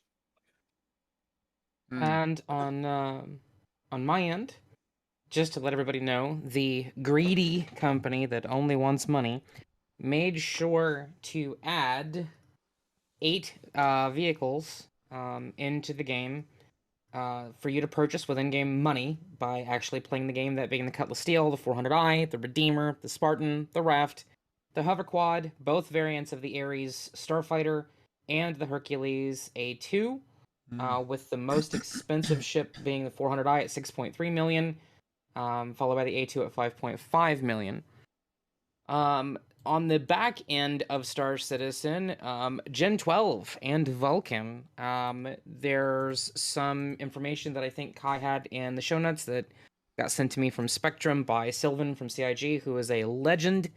This is the dev that said VR will happen even if I have to do it in my spare free time. Legend. Absolute legend, unlike other people who won't do VR at all because it's too hard. And the big takeaway here for everybody is that the specific goal, according to Sylvan, is that the complete changeover to Gen 12 is done by the end of the year. He said probably done in 318, worst case scenario 319, absolute worst case scenario 320 toward the end of the year, but they're literally almost finished with the full transition over to Gen 12. And there are things that are coming in 317, so internally all the render proxies, which is your ships, characters, and planets, are going through Gen 12 internally in the test build. That won't be in 317, but it will be in 318. And they're going to be turning on Gen 12 for cube maps, which basically lets them kill a lot of legacy code. Planet atmospheric passes, GPU scanning, and gas cloud rendering, which is work they're starting on. That's not finished yet. And major work on transparent geometry has been started. So, and then Vulcan coming soon after that. These are next-gen, modern APIs and rendering pipelines that are the most advanced that we have in the industry right now. This is fantastic. I'm sure everybody's going to be seeing massive performance gains on the live build of the game, 317 that's live right now. I'm sure that 317.1 patch will be good. Remember, a lot of other background stuff. People have again mentioned BGS. Quantum is online and simulating NPCs and simulating them doing things. It is controlling the pricing at stations for refuel, rearm, and repair. It is controlling probability volumes and spawning volumes of environmental missions. And it is also controlling one or two other features I can't quite remember right now, but basically Quantum came online controlling almost half a dozen features and systems within the game that they did not expect it to be able to. They were only expecting the first 3, and turns out they were able to turn on a bunch more.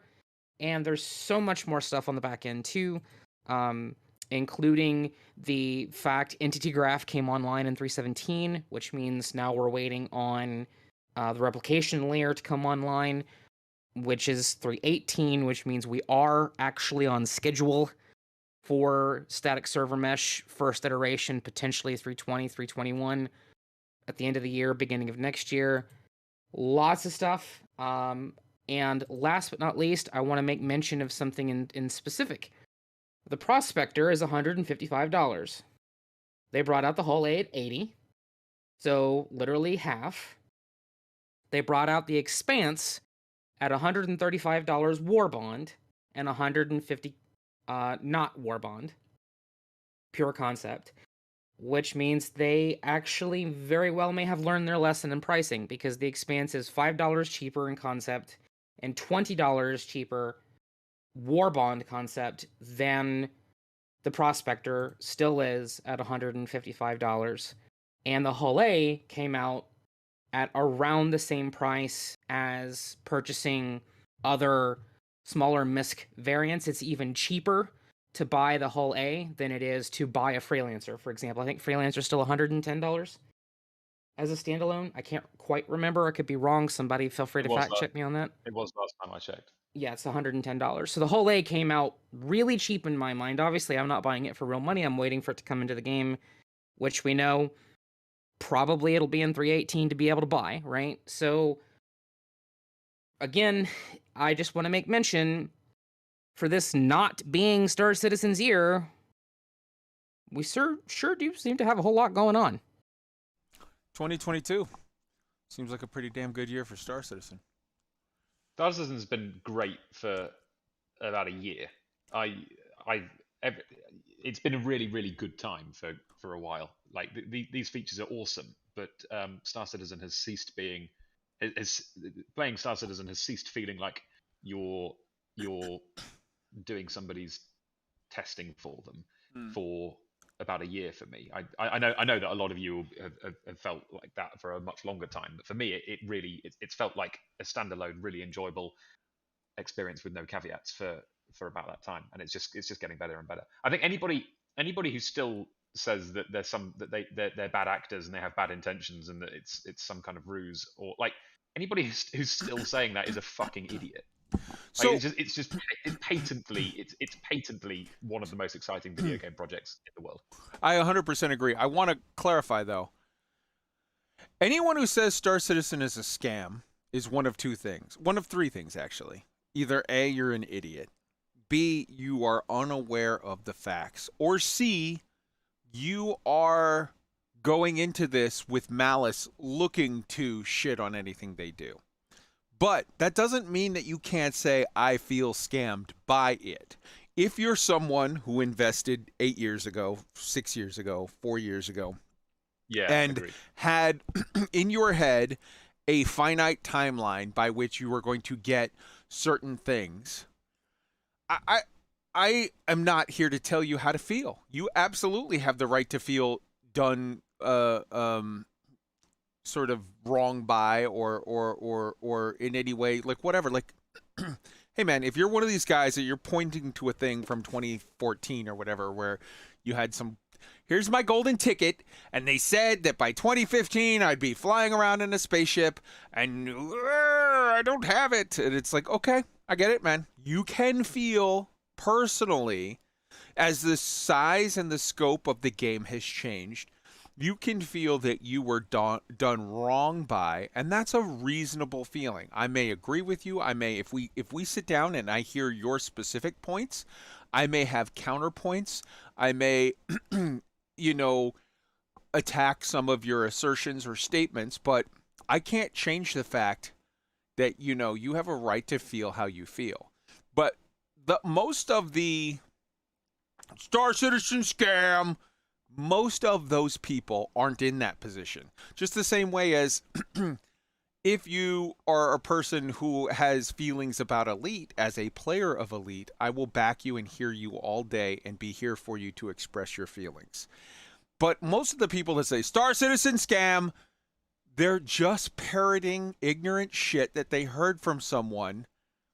They don't know the facts. When they go Star Citizen scam, and then you go, because I saw that so many times on the Elite Dangerous forums, and that sentiment seemed to be oddly very much promoted by the official forums. But it was people that never played the game, didn't know the details, didn't have information, so they were like, and when you say like, oh, why is it a scam? You can't play it. It's not going to be out for forever. Oh, well, you can actually play it now. They have new builds all the time. You can, if you want, I can come into Discord. I'll put on the live stream. You can watch me fly around in ships. Well, okay, but all those ships you have to buy with cash. Well, no, actually, you have to buy all of the brand new ships with cash when they've come out. But then 3 months later, in the next quarterly patch, they're available for purchase for credits in game. You don't ever have to pay anything other than your initial, $45 if you get it for regular, but you can get it on sale several times a year for like $40. And you can go into a free fly event where you don't have to pay anything to see it for yourself and whatever. But I heard it's a scam because it was supposed to be, it was promised to be out 8 years ago. Okay, well. Jeez, guy. Oh, jeez. Let me. But it's like, okay, but you're just hearing about it now. So if a promise was broken 8 years ago, or 6 years ago, or 5 years ago, that promise was to someone else. It wasn't to you. You're here now. You can play it for $0 at a free fly event. You can buy it for $45 or $40 on sale, and never ever pay another penny. You can earn your shit in game, whatever. Well, it's never going to be released. Okay, I can't prove that you're wrong there because I don't have time travel devices. It isn't released yet. You're correct, but I can show you lots of actual progress that the game is making. I can show you where they've got the balls to do shit that every other fucking sellout game out there just about is like, oh, we don't have it's too hard. We're not gonna, no, okay. Ship interiors. Yeah, I know we promise ship interiors, but we're not gonna do them. Oh, I know we promised this, but we're not gonna, so again, if your feeling is, hey, I backed, I have a very concrete list of, I was told X by Y, I didn't get it, and I'm angry. All right, you have a point, and nobody should attack you and not let you express your point. You should be able to express your point. But if you're one of the vast majority, for every time I hear Star Citizen scam, one of them is a person that is angry because they backed and they felt like they were done wrong by it. And I feel like that person deserves to be listened to. The other 99 out of 100 are people that don't have a fucking clue what they're talking about and are just running their mouth parroting shit that they heard from someone who was probably just looking to stir the shit pot. Can I say something quickly? Sure. I think that there's I didn't actually follow Star Citizen very closely in when it was first crowdfunded. Mm-hmm. And I gather from people who followed it much more closely than me that there was an element of fake it till you make it. Yep. Particularly in terms of things like whether or not they had a working engine, how far along the project was, what was actually playable back then. And I think that probably Chris Roberts is a bit of a fake it till you make it type of personality. Sure. I don't really have a problem with that, and I don't mean that as an insult. Lots and lots of very successful people are kind of fake it till you make it personalities, and lots of great companies have been built on dreams that have maybe involved a little bit of creative marketing in the beginning. Mm-hmm. So I think that I wouldn't deprecate anybody who knows more about the early days and the promises versus reality of Star Citizen in the first couple of years of development. I wouldn't argue with those people. But now, the experience now, and one of the reasons I've stayed positive about Star Citizen's development is because I haven't let myself get really sucked into analyzing every single communication and watching every single video. A little bit of distance and a little bit of kind of benign benefit of the doubt has meant that I really enjoy it and am patient, which is healthy. But one of the reasons that I am pro it is that every time I play it, I am blown away. Like that, if you play Star Citizen for 20 hours and you have somebody to show you the ropes, because understandably it doesn't have a tutorial, because why would an alpha have a tutorial when everything's going to change? If you have somebody to help get you through the immediate friction and you actually engage with the game systems, I don't think there is a video game that will have more jaw-dropping moments in it than Star Citizen does right now. That's irrespective of any promises future. that the devs have Yeah, made. yeah. Totally agree. Yeah, absolutely. Yeah. But any but AAA released game doesn't match what you see in Star Citizen now in that regard. the stuff that you see in Star Citizen is not possible. The experiences that Star Citizen offers right now are not possible. You can't do things. You can't do things like dynamically land a spaceship on a planet's surface, fill it with vehicles. fill it with vehicles that don't like jank around and jitter and stuff. Fly somewhere else, take them out, go and dock in another spaceship, pull out a gun, do a load of seamless first-person combat. You like those experiences don't exist. Like Star Citizen has blown up what I thought video games could do right now. Doing that a year ago, like it is not a so yeah. Long story short, like if there was an element of fake it till you make it in the beginning, then fair enough. But anybody who's actually played it, if somebody hasn't played it, you should disregard their opinion, because there are plenty of people out there who don't play it on principle and therefore don't know, and therefore their opinions are completely irrelevant. I would like to say this. So Obsidian put out a video. I don't know if we've seen it yet. I had some small personal issues with it, but overall it was really, really good. And I would definitely suggest people go watch it, because OA he's been doing good work lately. And he mentions, for example, people who have issues with Star Citizen's ship purchasing scheme, system, whatever word we want to use. I hate to use scheme because it has that negative connotation, but he brings up DCS World, which has been in development for over a decade, which is on version 2.7 beta, and DCS will sell $60, $70, $80 full fidelity aircraft.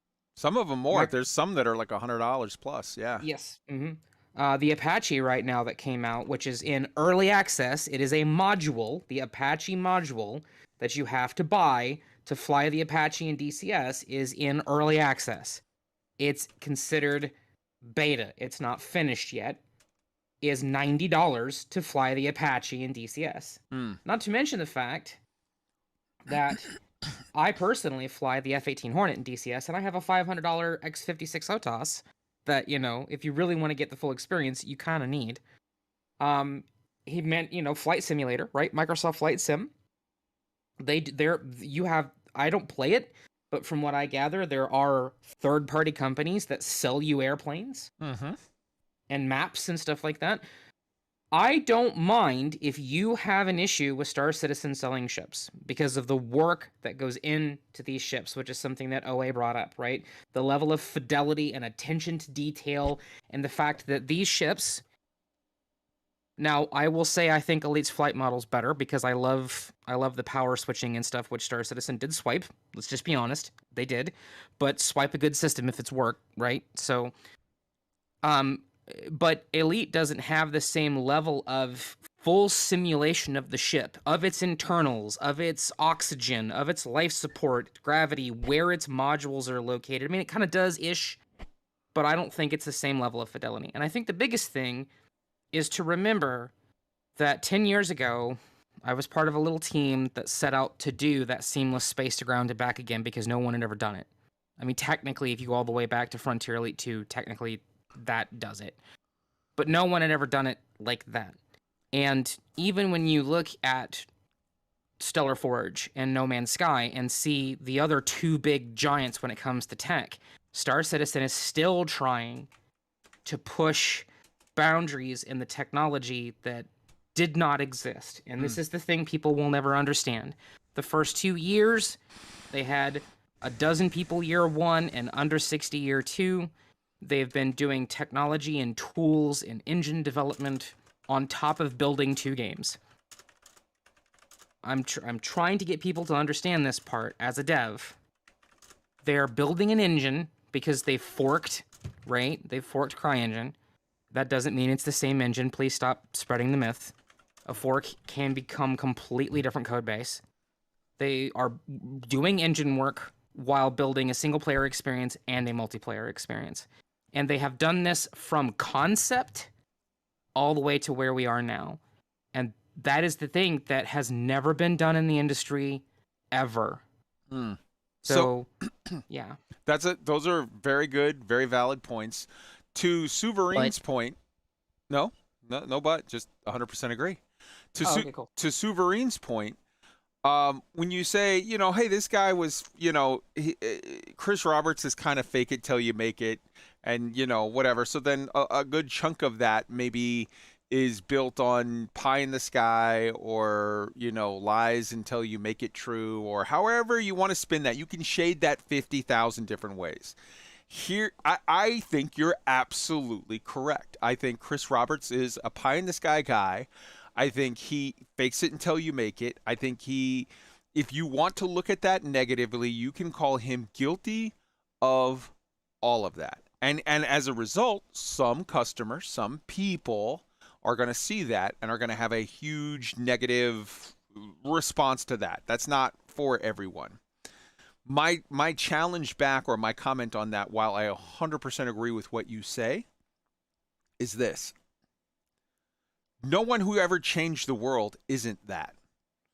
No one ever makes something great that isn't like, fuck it, nobody's done this before. How are we going to do it? I don't know. We'll figure it out. Let's get some engineers in a room and figure this shit out. Elon Musk blew up all kinds of fucking rockets trying to land a rocket so you could reuse it, because everybody in the world, including NASA, said, this shit can't be done. It's a fucking pipe dream. And he was like, well, we got to make it happen. And everybody's like, well, it can't be done. And they were right. It couldn't be done until he did it. Chris Roberts is doing all kinds of shit. As you pointed out, you see stuff in Star Citizen where it's like, I didn't know you could do this in a video game. Yeah, because he told a lie to himself and the whole world of, we can do this, and then was like, fuck, we got to figure out how to cash that check, and then did it.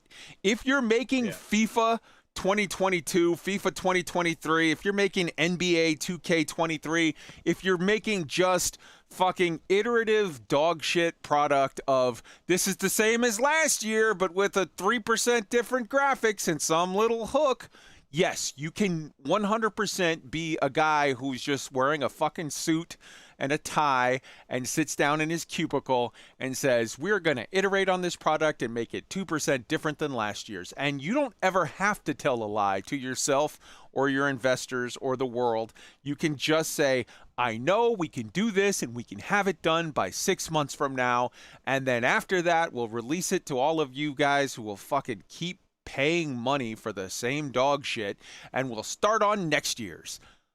If that's, and you know what? There's a customer base for that. There's people that like that. God bless. Have fun. Get your Call of Daddy this year and Call of Daddy next year, and fucking, this is PUBG, but now with squirt guns. Okay, fine. But if you're doing something that it's like, oh, we're going to change the fucking face of video games. We're going to change the face of movies. We're going to change the face of rockets or anything, aircraft, anything like that fucking crazy big. You do have to just sort of make a lot of promises that you're going to have to try to figure out. And some of them work and some of them don't. And you don't get it all. And anyone who's mad about any of that, they have a right to feel how they feel.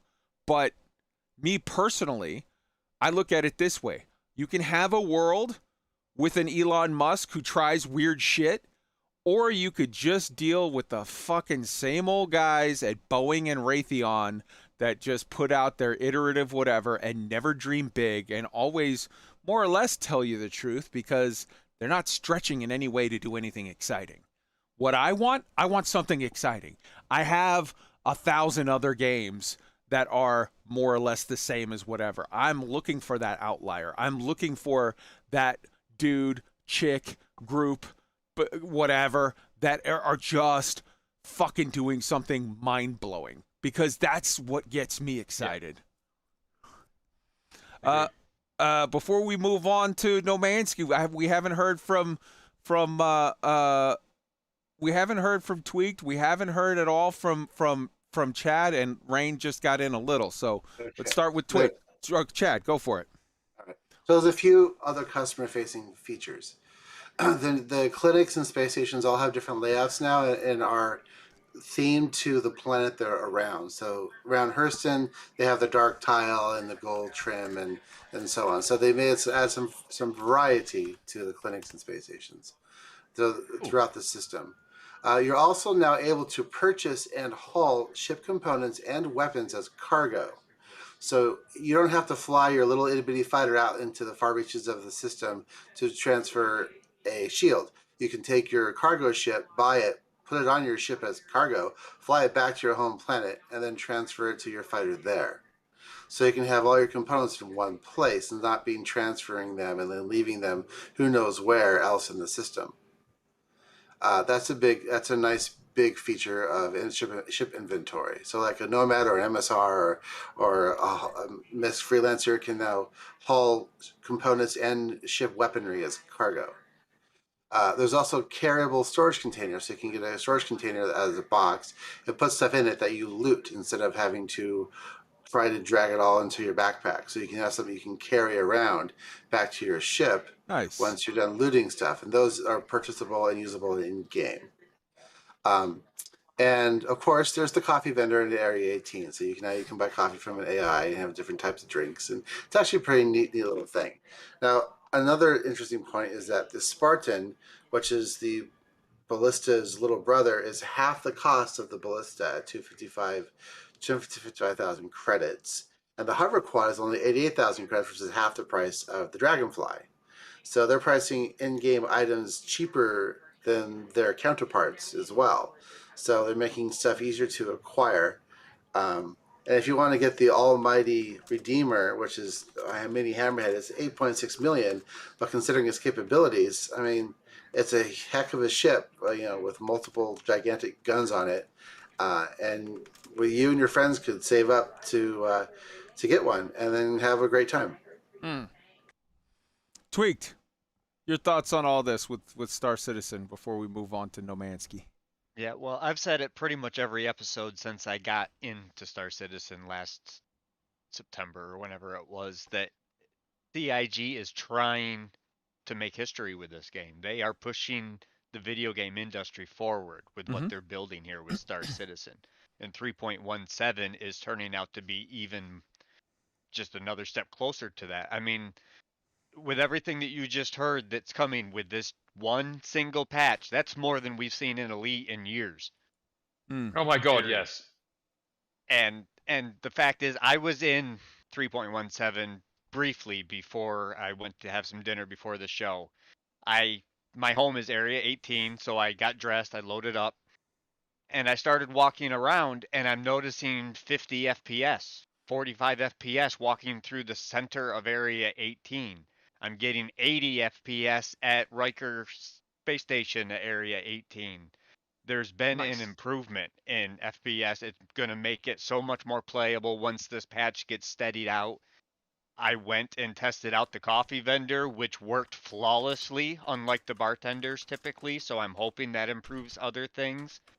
And not for nothing, but I don't know if this is Quanta, but I kind of felt like I saw some NPCs going in and out of stores and stuff that I hadn't really noticed prior. So I don't know if that's a thing or if I just am noticing different things, but yeah, I'm excited. I think what I'm going to do after the stream tonight is hop in a ship and go fly to Hurston and check out the new clouds and go buy a hover quad down at New Deal in Lorville there, and then I'm gonna go check out the river over on New Babbage and fly my hover quad around it and stuff.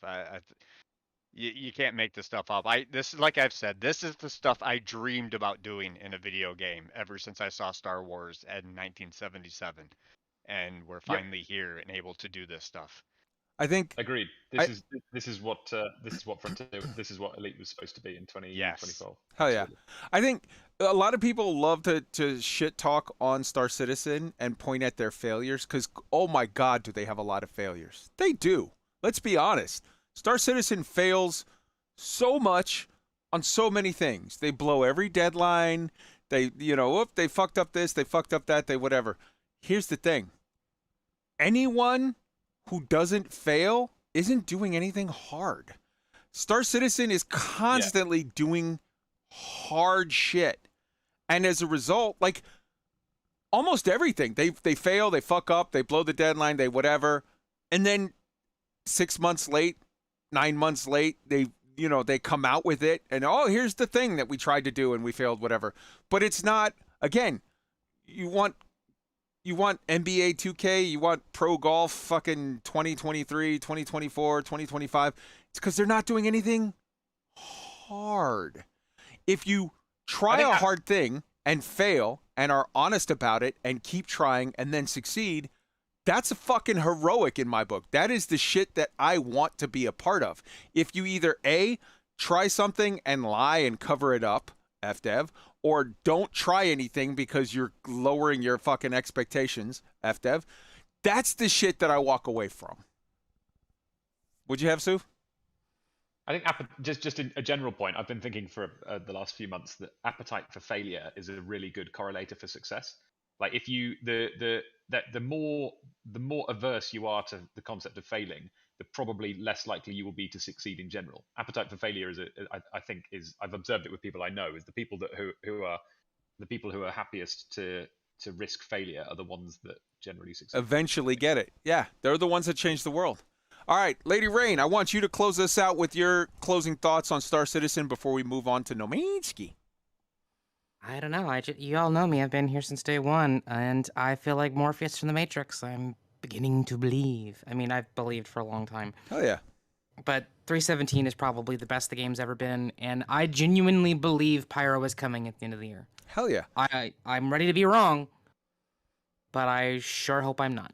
And isn't it good to see, like Neo, or sorry, Morpheus, when you have when you have the people that it's like, you've been believing for a while, isn't it neat to see newer people, whether it's elite refugees, whether it's Jack Frags, whether it's Obsidian Ant starting to get more into his coverage, whether it's Drew Wagar getting it. Isn't it neat to see others starting to see what you've seen for a while? It is, yeah. We've, as I've made mention before, as somebody who grew up in a cult, a literal cult, people calling this a cult has been very disgusting and not okay. And it is, and I think I've had, among other people I know that are also devs that are playing Star Citizen, we've had that very unique experience of getting both ends of it, of being able to play the game, but also understanding the things the average gamer doesn't, which is why this is taking so long and why so many of us are looking at this going, wow, you guys are really doing stuff we've never even thought of doing. So, I've been part of projects that were pioneering as well, but this is on another level. It's fantastic to see all this positivity the last few months of 2022. So I'm just glad this isn't Star Citizen's year, because I want to see what comes next year when it is Star Citizen's year. So, Wow. All right. The last thought before we close out Star Citizen, I just want to leave you guys with this caveat. I said it on last week's show, and I mean it. I'm still here for it now. This 317 looks great. I'm super excited. But, everyone, please temper your expectations with this thought in mind. They literally, with this patch, are just starting a lot of the Quanta stuff. They're just starting a lot of the server streaming, whatever the hell stuff that's a part of this, like a key component step necessary for meshing. And in 317 on the PTU, there was lots of weird issues where the streaming stuff, it's like, oh, it works sometimes and then it doesn't. So it was like, hey, the elevators didn't all fucking load in, so everybody that tried to use an elevator anywhere would fall through. Or, hey, a wall didn't stream in over there. Or, hey, the front of my ship streamed in, but not the back. I think, and I could be wrong, and I'm more than willing to be proven wrong by people that are smarter than me, but I think that what we're going to see for the next 2 to 3 patches is some weird quirks and jank as part of we're starting to get this server streaming. We're starting to get this next step.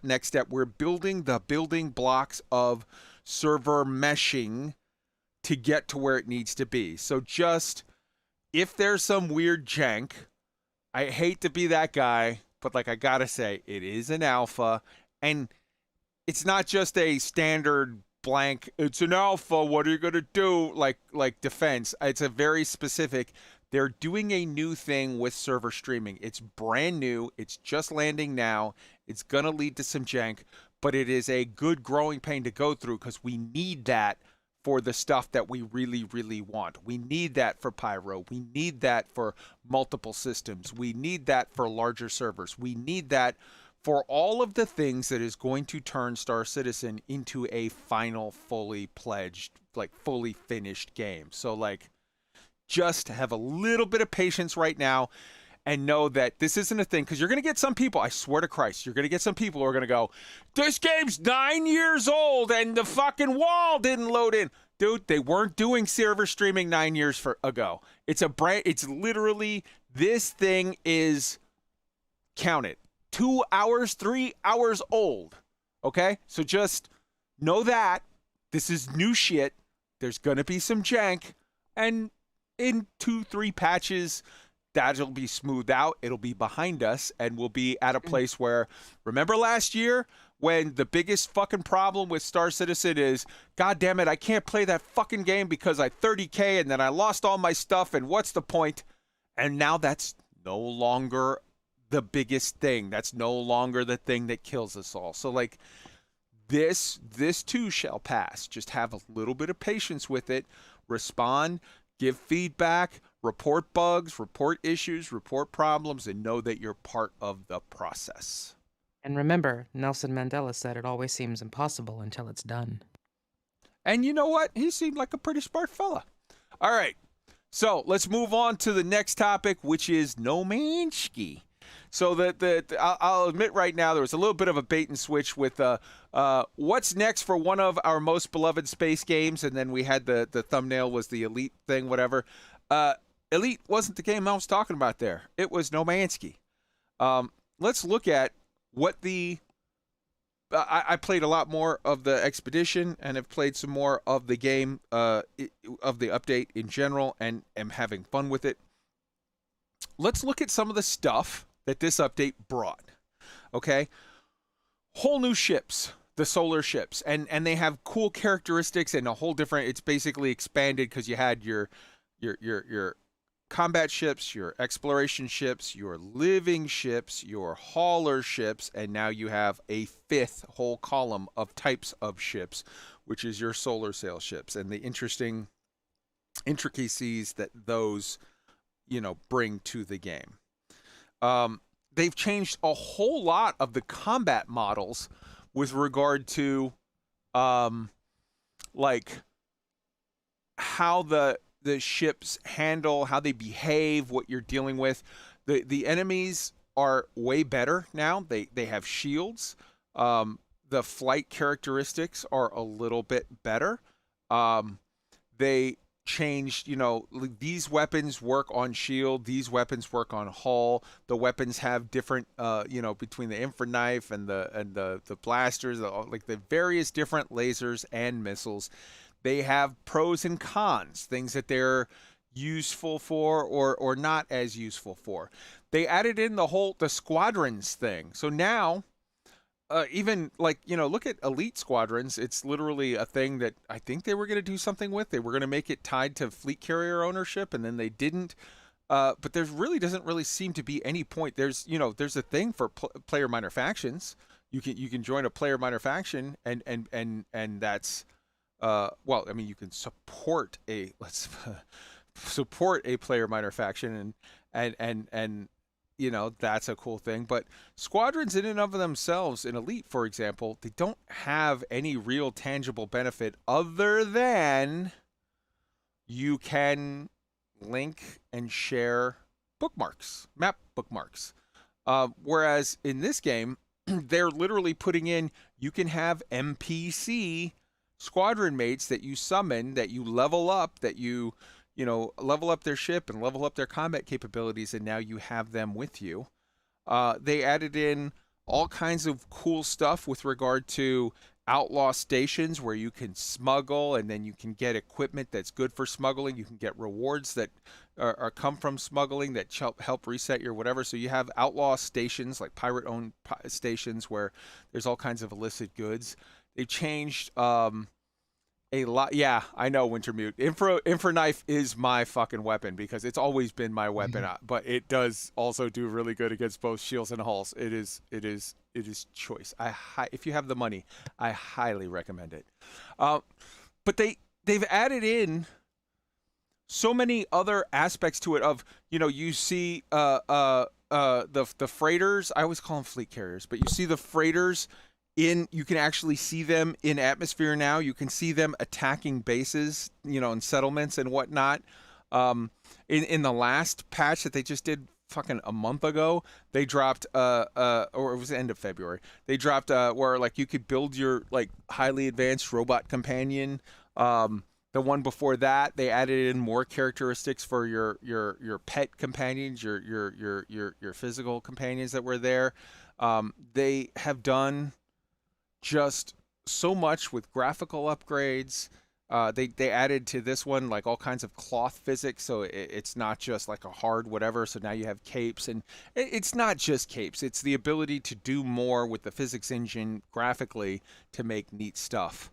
So let's look at sort of with all of that in mind, and please feel free when I open this up to conversation to add other stuff that I missed, because I know there's tons of stuff that I missed. There's so much good stuff in this update. Let's look at that, and let's look at what the three games, the big three, the Holy Trinity are, okay? Star Citizen is not a game. It is a yet-to-be-released product. It is an MMO, or at least will be when it's released, okay? And that's huge. Elite is a game. It is a released product. It is not an MMO. Let's fucking be honest about this. Elite is a mostly solo experience that sometimes is a co-op game. No Man's Sky is a released game, 100% true. It is not, let's be honest, an MMO. It is a mostly solo, sometimes co-op game. Now, these three, these Holy Trinity, they have pluses and minuses in all of, the things that they bring to the genre. Here's some things that I would like to see coming with that in mind, knowing sort of the base of where the three products lie. I want to take this week and let's talk about what we want coming from No Man's Sky. Let's maybe the following week Star Citizen, and the following week, or at future episodes we'll have a discussion topic about Elite and if it's still a thing, and Star Citizen. So here's what I would like to see from No Man's Sky. A continuation of the story. They already have these things that are on planets everywhere that are these weird boundary markers. It looks like a Stargate that's just a larger Stargate. It's a big hoop type Stargate thing, and it said it's a weakness on the boundary between the like dimensions or something. I would like to see that be a thing. I would like to see some kind of alien race, some kind of Jem'Hadar type guys come flooding through there and attacking us, and we have to fight them. I would like to see us going through that to fight them on their own turf and have interesting whatever. I would like to see a continuation of, like, No Man's Sky already has the best base building of the three. Star Citizen has all kinds of plans for super interesting base building, and I'm super excited for what's to come, but we haven't seen any of it yet. Elite Dangerous had sort of hinted at there was going to be base building, and then I don't think that that's ever going to be a thing at this point, but like whatever. No Man's Sky does have it. It's out now, and it's actually really fucking good. I want to see them continue along with that whole spectrum of what you can do with your base. I think what you can do already with your base and what you can do already with your freighter is fucking amazing, but I'd like to see more on it. I'm seeing a lot of chat back and forth asking about the home system for the Black Sky Legion. If you join the Discord and go into the No Man's Sky, there's a base hub channel. We have the coordinates for the home system, and people are building bases. We're working on building a mega structure. We got sidetracked a little bit with that, but we're going to build a mega structure or a couple, and yeah, we have all of that stuff there for you. But I want to see No Man's Sky continue with all of the stuff you can build, which is great. It's already great, but I'd like to see him just more. I'd like to see the story go forth. I would like to see more combat abilities with regard to an interesting actual threat. I don't really consider the Sentinels to be that much of a threat, or the pirates. I'd like to see an invasion of some kind that we get to fight against. I would like to see, very much so, the option for a more advanced flight and combat model. Now, when I say the option, they did a thing in this update, which I think was really great, where you can sort of lock on to a target using, like, there's this auto sort of pilot mode or whatever, which will do that and let you just handle one aspect of it. I think that's a very cool and very inclusive way to go, because I would love to see No Man's Sky include a lot more detailed flight model, but I would like it to be an optional thing that you can tick a box to skip if you don't want to. If you're an old school No Man's Sky lover, I would hate to see you get pushed aside by someone saying, well, we're going to do the elite Star Citizen flight model, and now because you don't want that level of realism, you don't like it. I think that they showed with this patch that they have the ability to make the flight model more complicated and optional to skip, that you could literally just say, I want to play the Star Citizen style, Elite Dangerous style flight model of No Man's Sky, or I would like to play classic No Man's Sky flight model, and then just give the players the ability to choose. Oh my God, I would fucking love that. I would love to see them do more with ship interiors. They have fleet carrier or freighter, interiors. I would love to see them do more with the actual, just like the smaller ships. Maybe give it like a small room, and you could whatever. I would love to give us the opportunity to more engineer our ships, to literally say, okay, I like the nose off of this one, I like the wings off of this one, I like the whatever off of this one, and let us do more with that.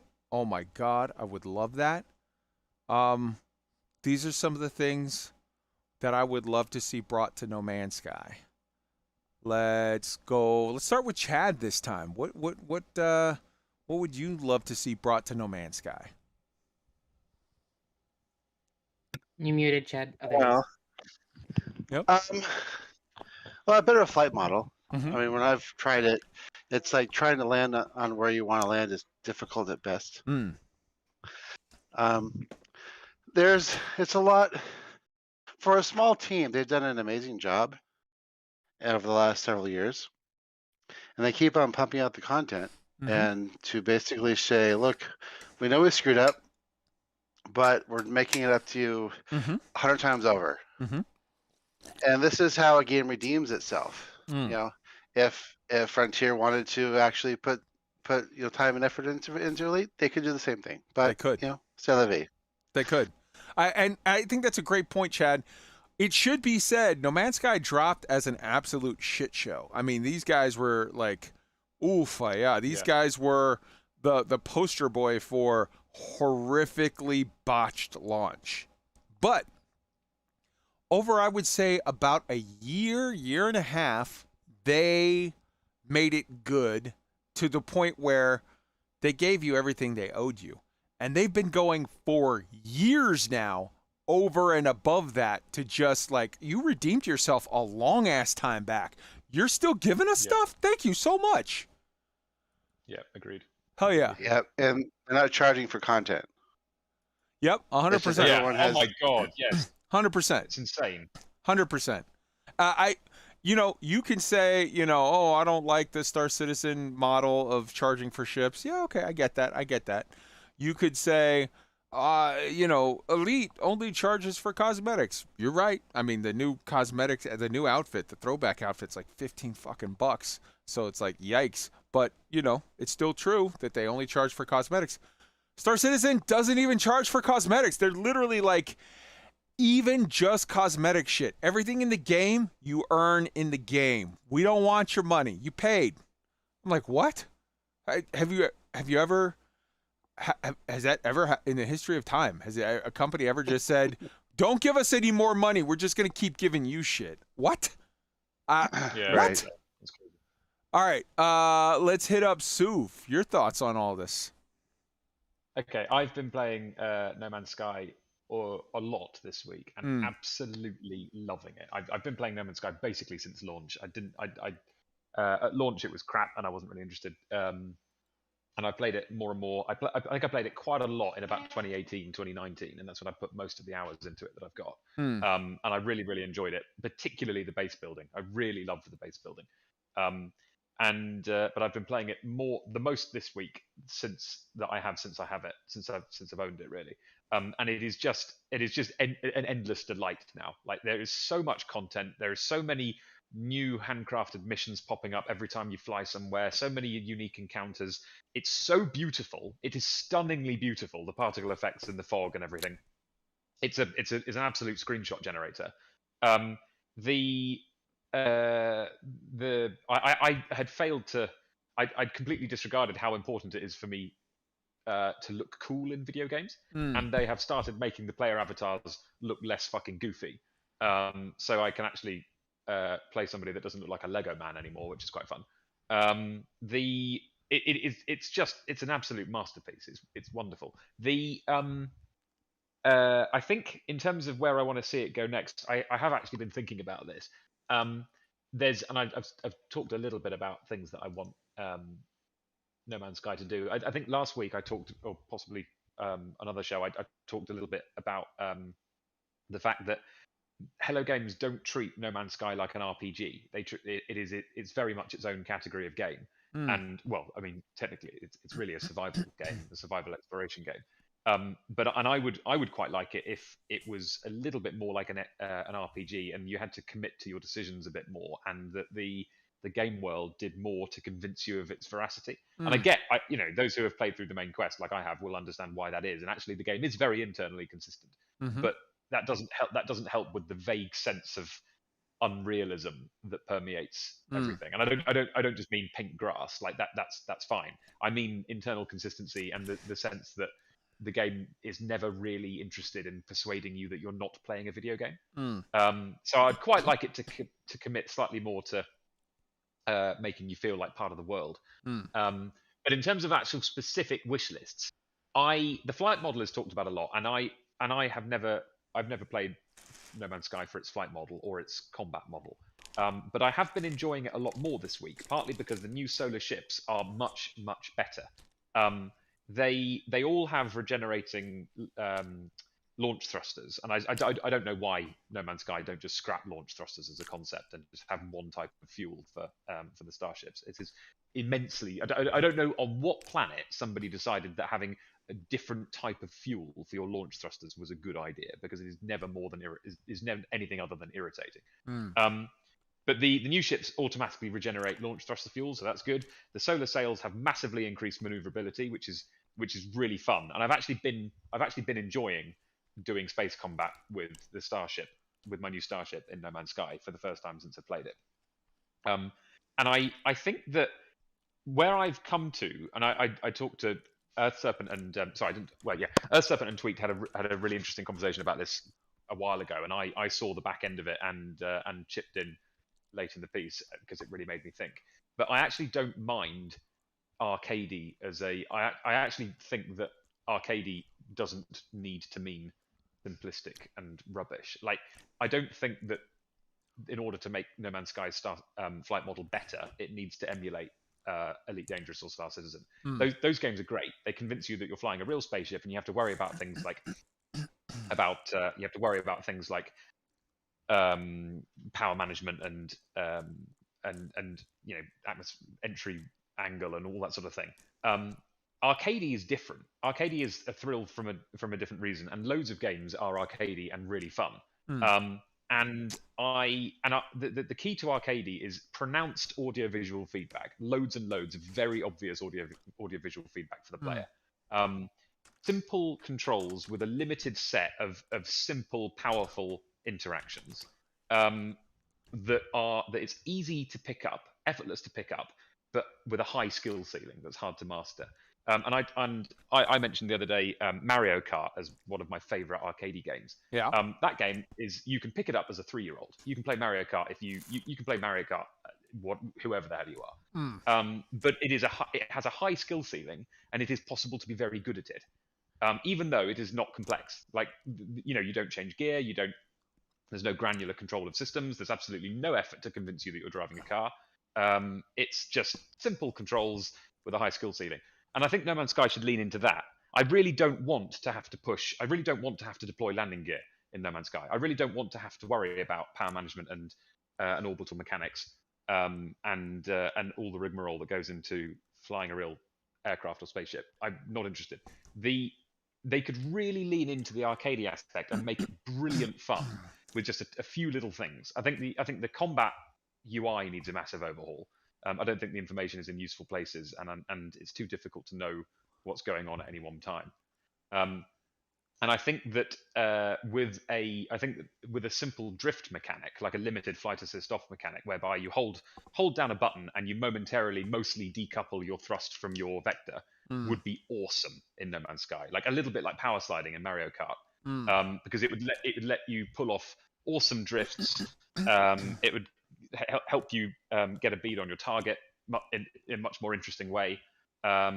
It'd be great, and it would transform. I think that those two things would transform No Man's Sky's flight model from being perfunctory to being something that I actually play it for, something that I actually log into the game and play it for. Let me add another thing that I think you're definitely going to want to comment on. Yeah, I love the planets. I love the way just you go, you find there's a jungle, there's underwater, there's all this stuff, and you can seamlessly transition from one to the next to the other. I find the galaxy model in No Man's Sky, and specifically sort of the map of it, to be just a ball ache. You can never. Yes. Oh my god, it's so bad. It's literally the one thing that's great is like you can just find a Stargate, get the glyphs, and then be like, here's where I'm at. Because other than that, it's like, I am at this place, and your friend's like, how do I get there? And the answer is always the same. Call up the anomaly, we'll party up, and then just fucking exit into my system, because I have no clue where I'm at. I have no clue how to tell you where you're at. I have no clue how to get from A to B other than use the anomaly. Yeah, nobody in No Man's Sky ever has any idea of where they are. The galaxy is a homogeneous oval that has no difference in stellar density between the arms and the void between the arms. Which galaxy? Because there's 256 of them. There's actually 255, because the one galaxy is listed twice. It's listed as 256, but it's also one. But legit, all of them are the same way. You're on the map and you're like, I have no fucking clue where I am. Yeah, the problem with the galaxy, or the galaxies in No Man's Sky, is that functionally, in terms of the player experience, experientially they're no different from a random number generator. Yep. The player's experience wouldn't be diminished if it was just entirely random. The game has no sense of geography. It has no sense of history or journey, because you never know where you are. When you you can only open the galaxy map space. Hey, why can you only open the galaxy map when you're in space? What a stupid, pointless limitation. When you open it, you have a vague idea of where you are because of a yellow point on JPEG. Oh, losing Sue. Yeah. Which is not. Am I lagging? Yeah, you're roboting again, Soof. I'm sorry. I've got so much to say. That's really annoying. Can you come back to me in a few minutes? Sure. We'll go to Tweaked, then we'll go to Suv, and then I know Rain's got a big thing to close it out. So go ahead, Tweaked. Yeah. How would you like my idea of a real super in-depth flight model that you could just turn off if you were a classic player that wanted the classic experience? Yeah, I'd be fine with that, because I would turn it on. It would make more fun for me to fly, but I don't care if anybody else has it, really. Yeah. I probably should have thrown my VR headset on and jumped into this new update for No Man's Sky instead of getting sucked into Elite this week. And it does look interesting. It's a lot closer to pulling me back, that's for sure. But I think for me, the one thing that I really would like them to add is when I was in No Man's Sky, I didn't feel a purpose. I didn't feel like I had anything really pressing to go do. There was go fly here, go look at this planet, go run this mission, but I didn't really feel like there was a reason for anything, and I wish they'd give me a reason to exist there. Okay. And I really would like some better FPS combat in it too. It's like you said, some better bad guys, some invasions or whatever. They gotta fix that kind of stuff. But Have you like I have you said, played Sentinels, Tweet? I don't like Sentinels personally. No, I don't. I'm not. My sci-fi worlds, I don't really care about fighting robots unless I guess they're Cylons. But I'm more. No, of I mean, have you played first person? Have you shot anything since the Sentinels update? Yes. Yes. Okay. Yep. Yep. And I just didn't enjoy it. It feels like the phasers from Star Trek almost in a weird way. And I don't like the mechs that you gotta fight. None of the enemies excite me. They just don't. And the combat doesn't feel fun. Even in Odyssey, when I'm being hunted by 15 guards, while the gunplay is putrid, the action is exciting. And I'd never really felt that too terribly often in No Man's Sky. No Man's Sky was a Star Trek-y, look at the funny colors on this planet and look at that, and then turn it off and forget all about it. And I wish they'd give me a reason to exist and want to progress in that world. So I know, Tweets, we did together the thing where you find it's almost like a haunted house. You find the derelict freighters, and that had a little bit of like a little story hook, even though it was proc gen. It had a little whatever, and it had like these weird abominations that you were fighting. I feel like if they were to do a massive expansion that had like some Jem'Hadar type guys or some real fucking crazy goth type, there's like, oh my god, there's these fucking, Cthulhu type dudes that are coming from another dimension and you got to fight all their foot soldiers, or like some kind of real, like, there's these weird bug guys that are attacking that are like, what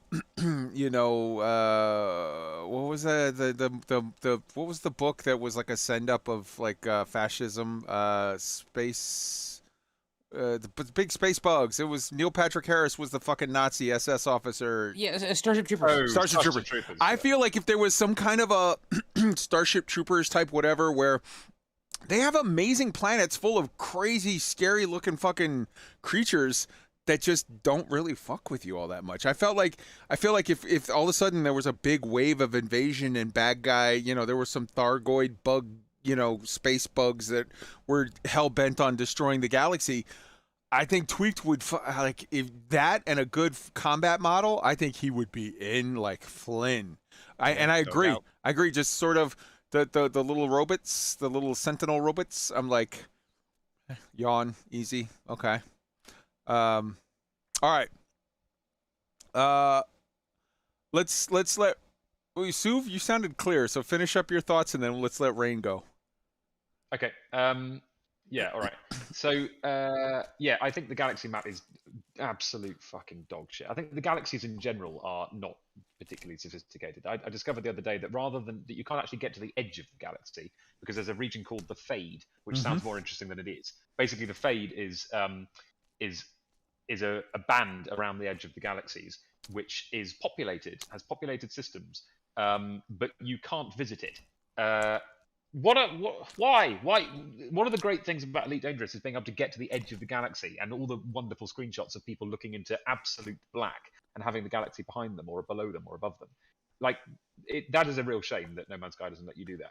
But the fact that the galaxy map is so poor, the fact that you can access it in such limited scenarios, the fact that it gives you such crap feedback about where you are and where you've been is one of the reasons that that game has no sense of... They talk about it being a journey, but No Man's Sky doesn't feel like a journey. It just feels like an endless montage of screenshots. I don't feel like I have no sense of travel because I don't know where I've been. And the galaxy map is primarily responsible for that, and it really, really needs overhauling in a big way. I mean, Elite Dangerous's galaxy map is beautiful and Mhm. excellent, and has Unrivaled everything you at want this it to point. do. Mm-hmm. Unrivaled, completely unrivaled. And Hello Games should just be like, okay, well, that's the industry leader. Let's make a Galaxy map like that. Let's do it the best we can. Because their game is supposed to be about exploration. So yeah, fix that shit. I would like to see multi-tools visible on the player character in third person, because I love that stuff. I love the fact that in New World, your weapons are all like placed on your skeleton and make you look badass. I like looking badass in games. Put our multi-tool on our back. I don't know why we can't visually customize our starships and multi-tools. Somebody told me it's because that sitting in space stations waiting for the right spawn so that you can get the color you want at the grade you want is part of the gameplay. Well, I think that board flipping, because that's basically what it is not fun gameplay. That is shit gameplay. And it would be there is no mechanical reason to not let us visually customize our starships and multi-tools. It's shit in Elite. It's shit in New World. It's shit in No Man's Sky. Yeah. I would like to see race or species specific architectural styles. It irks me that the space stations are all the same. In No Man's Sky? Yes, there is. This is one of the things I was going to bring up when it was my turn, but go ahead. Okay, well, my understanding is that the little outposts on planets are all the same, and the space stations the update that lets you have your own outpost. Each outpost has a completely different architectural style based on what race it is. Mm-hmm. For the little outpost, yes, but I think the point that Sue's getting to, and I support it, is that it would be neat if you were on a solar system that had sort of. I would like to see Gek cities. I would like to see Kovac cities. I would like to see Viking cities that are not the NPC. The little small ones that we build and build up, but I would like to see actual, like, hey, this is a Gek system. I'd like to see some feeling to that of actual cities and whatever on the planet, and like, hey, look, this isn't my little city that's spawned up one of whatever ways and built up, but it's like an actual city. I'd like to see some of that. Yeah, absolutely. That's absolutely right. I think. My point, the Frontiers, I'm glad that I haven't engaged with the Frontiers update yet, because the one that added little towns, because, well, I was told that it was very shallow, but also I just haven't got around to it. And I'm really, really pleased that it's there, but it doesn't fix the problem that, apart from that, the Galaxy has no sense of civilization differentiation. Mm-hmm. All the structures that you find dotted around planets have the same architectural style, and it's a nod to that RPG thing I was talking about earlier. I'd love it if Hello Games played a few hours of Morrowind, and then were like, okay, that was done 20 years ago. That was an absolutely superlative way to make a place convincing and give it the impression that it has history and different cultures and tensions and real stuff, and try and inject a little bit of that. So, as Kai said, like, cities with distinct architectural styles, regions of the galaxy which are dominated by certain life forms. Like, why don't the Korvax have their own region? Why are they all? Why are they homogeneously distributed around the galaxy? It doesn't make sense. Imagine some home planets. Oh my god, But it's so cool. I mean, there are architectural differences, though. There are. I'm playing it right now. Like, you walk through. We're going to walk across this planet, and the little outpost I see that's an observatory will look the same whether I'm in a Gek system or a Korvax system or a Viking system. Right. So to clarify the distinction here, what Rain is saying, and is absolutely true, is the settlements, the newer settlements, do have distinctions. And what Suv is saying is he would like to see the outposts, the space stations, the some of the previous stuff have some flavors. Yeah, you're both completely right. Okay. I mean, even I think even Elite Dangerous manages to make Empire space feel different from Federation space, in terms of what's allowed there and what ships. I mean, are we really being honest there with Orbis starports being the same everywhere except what color? Yeah, Rain, if you go in an Imperial starport, it feels different than going in a Federal starport. There's different laws about what you can import in there and stuff, so it gives it a feeling of existence of place. But an Orbis starport's an Orbis starport no matter where you're at. Well, except for when you fly in. Kai, let me knowledge bomb here, right? the station generation system in Elite Dangerous is awesome, and one of the reasons that I was really upset about Odyssey, because Odyssey completely disregarded it. The way that the space stations are generated by the Stellar Forge in Elite Dangerous is first of all the population dictates the size and type of the starport present in the system. So if the population is low, you only get a little outpost. If the population is high, you might get a reasonable, you might get a Coriolis. If it's very high, you might get an Orbis. If it's a core system, you might get a couple of Orbises or an Orbis and an Ocellus. The allegiance dictates the visual look of the station in terms of like lighting and stuff. So like Empire have blue lighting and blue logos all over them, and Federation have red and Federation logos. That's automatically more that's more sophisticated than No Man's Sky. If it's an industrial system, you'll see big triangular sort of fabrication or storage modules on arms with smaller radiuses, so that they enjoy like 0.5 G, which is easier for kind of manipulating heavy cargo and materials and stuff. If it's a high tech or a tourism economy, you're more likely to see large hab rings with beautiful parks and civic buildings. If it's a Statues. if it's statues. The economy type determines what you see, the modules that you see on the Orbises. Every space station is different, and if you recognize what the parts do, you can make a reasonable stab at what the economy type, allegiance, and population of that system is.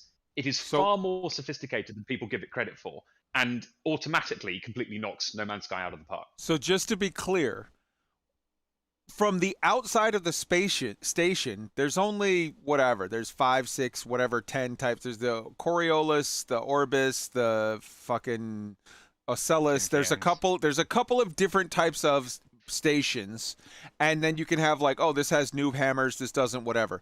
That's not what Suv is talking about. What Suv is talking about. It is. Hold on. Part of that is that, and I just clarified. I said there are dozen different types. Yeah. But more so, the big point that Suv is getting at is when you fly inside to dock, inside of an Imperial station, you'll have these huge statues and things look a certain way.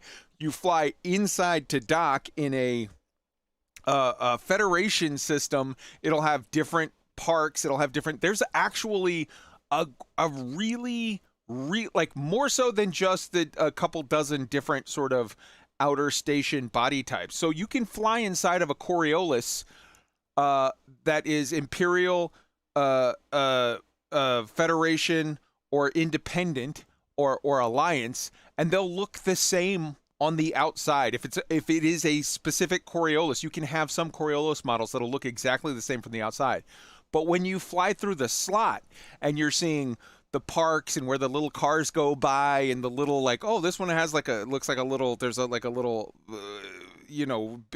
office park over here, and there's a hospital or whatever over there. Those ones vary greatly based on the different types of, if it's like a mining system or an agricultural system, if it's Alliance or Independence or Federation. There's a good bit of modulation of all of that. Okay. Yeah.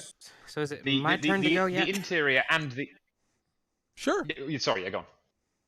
Okay, so what I was saying, and especially in regards to Elite, I get that I've only put a few hundred hours into the game, was that from my personal experience, yes, when you're inside the station, it looks different. I know that, right? I know that. I don't need it to be explained to me. I meant from the outside of the station too, like how the Orbis is an Orbis is an Orbis is an Orbis, barring if it's got rings. Kind of realistic to you? How many McDonald's look totally different from one another? Yeah. Okay. How many cool. Walmarts look different? All right. I'm not allowed to. Okay. The fine, thing is that they do mind. look different.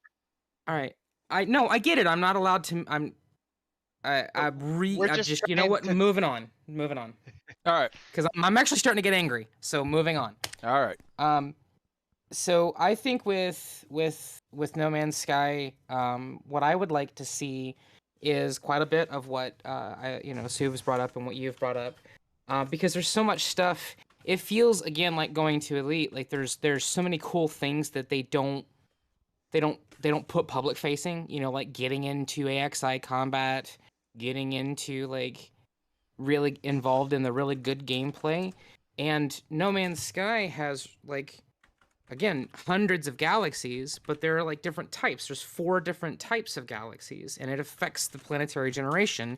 And like Suv said, the galaxy map's garbage. The only way I know where I've been is this little thin white line that's like tells me where I have come from, but that's it. And there's nothing else there. So I think they're really missing on the fact that they have this procedurally generated universe that's hundreds of galaxies and quintillions of stars, but we can't really navigate it.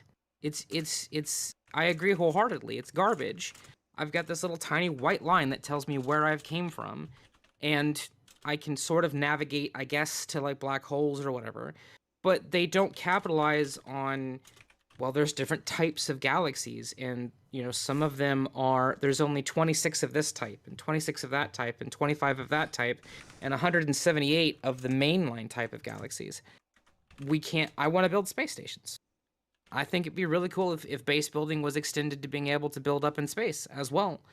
And those are my 2 big features is, hey, you've got this giant massive world that only takes up 12 gig worth of space.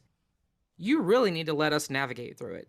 And I will not deny for an instant that navigation in Elite in a galaxy that size is fantastic. The level of exploration and control, just looking through the galaxy, planning a trip is, for an exploration trip is amazing. So I think No Man's Sky still has yet to really capitalize on some of the cool stuff that they've got. And I hope they do. I mean, their base building, in my opinion, is better than anybody else's. I mean, I can build an underwater base on an ocean world, for crying out loud. I can't do that anywhere else right now. Yeah. And, they continue to bring out content. And so far now, I put earlier in chat a link of an old Reddit post that's about a year outdated of these are all the things that they promised. Weren't in the game at launch, now are. These are all the features that they didn't promise that weren't in the game, now are. And so I just think No Man's Sky still has that, like, they keep talking about the journey continues. I really hope they do. I want more story. I want more variation. I will give the same shit to No Man's Sky that I just gave to Elite, because in No Man's Sky, I've either got a Reddit upvote or a Reddit downvote for a space station, right? Like a little up arrow or a down arrow. Like the space stations are kind of boring, both internally and externally, right? So I don't know. I want to see. Let us navigate this truly infinite universe that you've created for us. Have you told people that there's a way to travel to different galaxies that have completely different generation on the back end and completely different rules? And if you want to find a specific type of planet, you can go and find a harsh galaxy, which is, called burning or raging or relentless or ruthless. And there's only 20-some of those galaxies that exist, and they spawn a type of planet 4 times as often as the other galaxies do.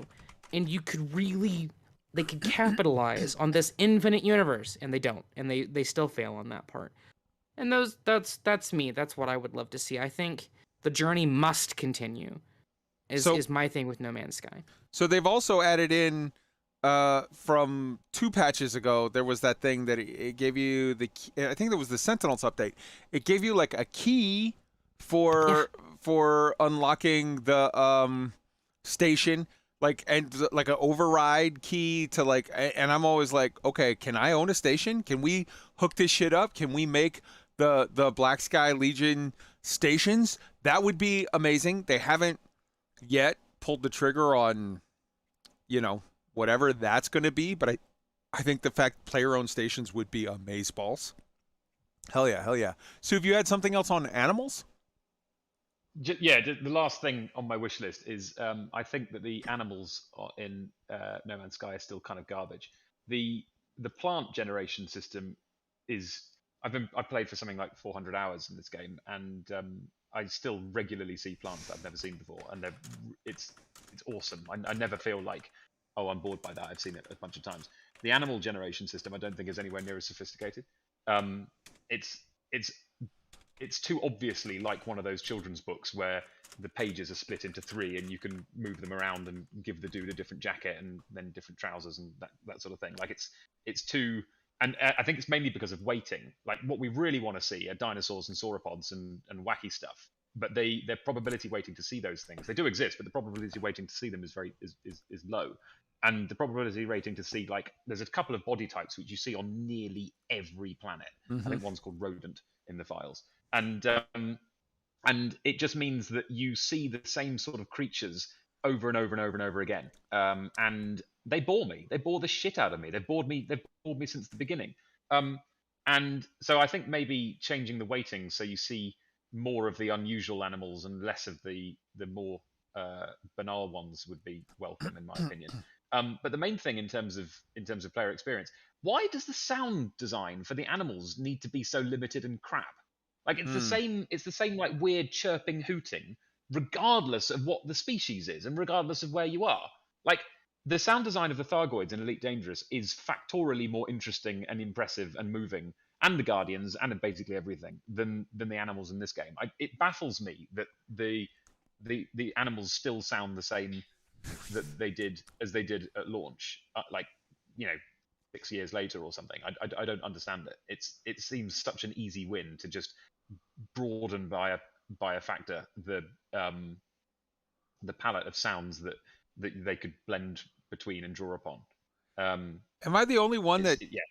I 100%. Am I the only one that is seriously disappointed that like there just aren't more animals that fucking attack you? Like, I would love to be like, oh shit, get away. You see, massive sandworm, or you see this thing that looks like I mean, I get it. You see a sauropod and you kind of think like, well, that's going to be a fucking herbivore or whatever. But like, just the idea of every once in a while, I saw a thing, I swear to God, it was nightmare fuel. It was like the body of a T-Rex, the head of like a fucking demon, and like 3 tails with barbs on it.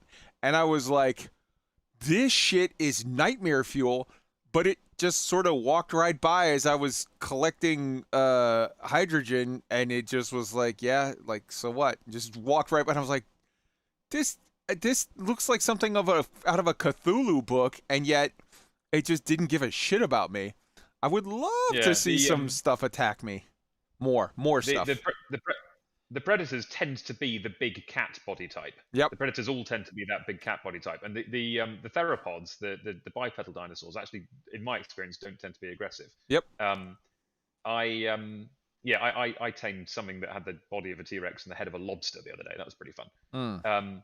So I think also the animations of the creatures and the behaviors of the creatures seem rudimentary as well. Like the early promotional videos had like herds of stegosauruses like running down a valley together and all that sort of thing, and you actually don't see that behavior in the game. You don't see real herds moving with purpose. You don't see packs of predators. You don't, in fact, predation basically involves one creature circling erratically and then kind of jabbing at another creature but not actually connecting because the collision models don't touch, and then one of them just falls over and ragdolls. I get why there's no blood in the game because of age ratings, but like it's not. I would just like I would like to see an overhaul of creature generation, creature sound, and creature behavior. They just don't behave realistically enough or interestingly enough for me. I would love to see. So, LADYRAYNE added a chart into the channel where we were all discussing this, and it's an amazing chart that lists all the promises that were made for No Man's Sky and what they had at launch. And the what they had at launch was just a column of like no, and then like a couple like maybe sort of if you squint, but it was like just all no. And then what they have now is mostly yes or like kind of or whatever. There's a couple of no's. So destroy space station, that's a no. We still don't have the ability to do that. That would be neat. No skyboxes, that's a no. That would be interesting. What do you mean no skyboxes? So go ahead. Yeah, there's still a skybox, right? So in Elite, when you're in space and you're looking at stars, those stars are real. We all know that, right? They're real. They really are there. Wherever the light is coming from is wherever they are. In No Man's Sky, it's a partial. skybox. It's a dynamic, but it says dynamic skybox, but skybox nonetheless in the thing. So it's like a half a skybox. Half-ish, yes. But it does. But it does reflect the layout of the stars around you, right? Ish. Not like Elite does. Not like Stellar Forge does, which is like the best way to do it. Like hell, even Empyrean, which guy has seen, when you're in space in Empyrean, the stars that you can see are it's why we can get, like you were talking about, Suv. The one thing that I love that you brought up is the edge of the galaxy in Elite. Hey, all this stuff back here is black and nothing, and all that out there is the galaxy, right? Yeah, that doesn't happen in No Man's Sky. You've been out to the Fade, which is another thing I agree with you on. Why is that there and it's mysterious and it's called something cool? Why are you not doing anything with it? And why can I not go to the edge of the galaxy and turn around and look at it like an Elite? That's what I'm talking about. Is it No Man's Sky does not have that. Also, the planets not only don't rotate and don't orbit, but they could and can. But Sean made the decision after focus group testing to kill that feature because people were having trouble navigating. I would love to see them turn that on. And just the same way you're right to say they don't do anything with the Fade. My caveat would be yet.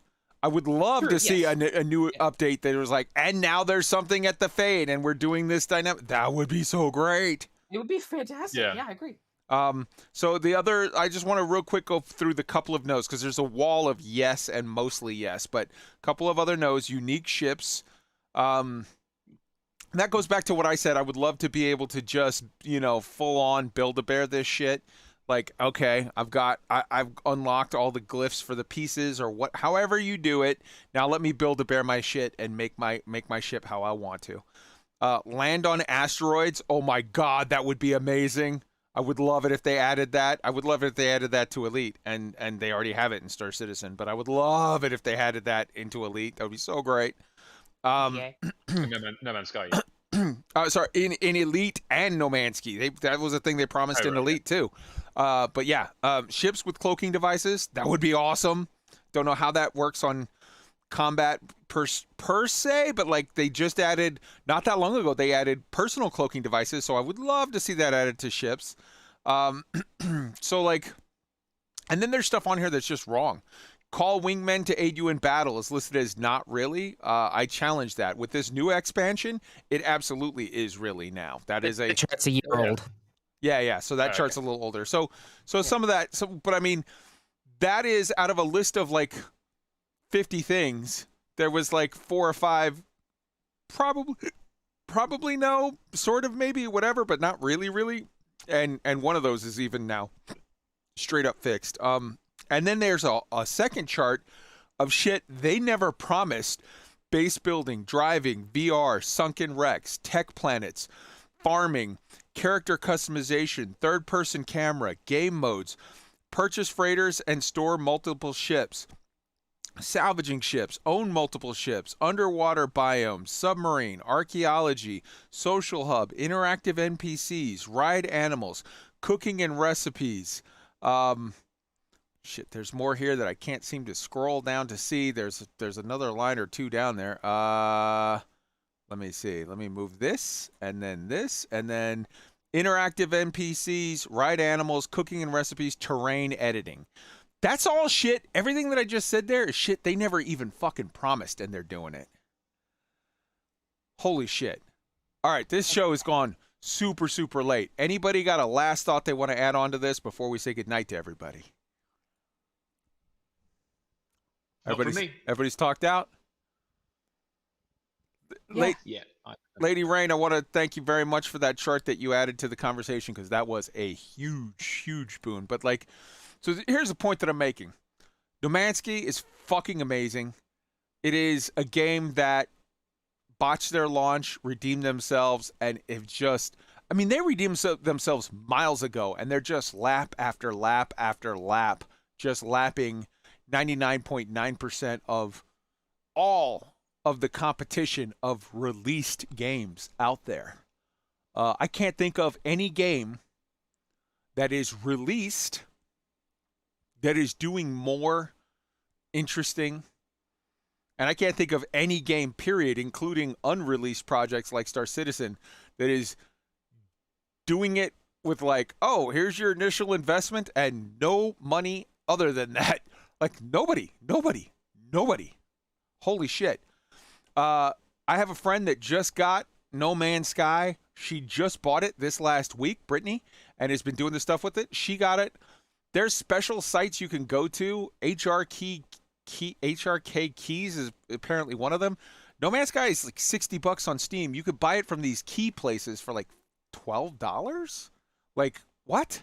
And it's a fully functional Steam key that she's been using and playing. So I mean, seems legit. I don't know how all that shit works. I'm not sophisticated. If that's shady shit, then forget I said it. I didn't say none of that. But you could for sure find it out there for $12 and it works. Go get No Man's Sky. And if you haven't played it in a while, go play it. Go try it. And if you're not having fun with it, let me make one suggestion. And this is the hugest suggestion. And honestly, this suggestion for me works for both Elite, Star Citizen, and No Man's Sky.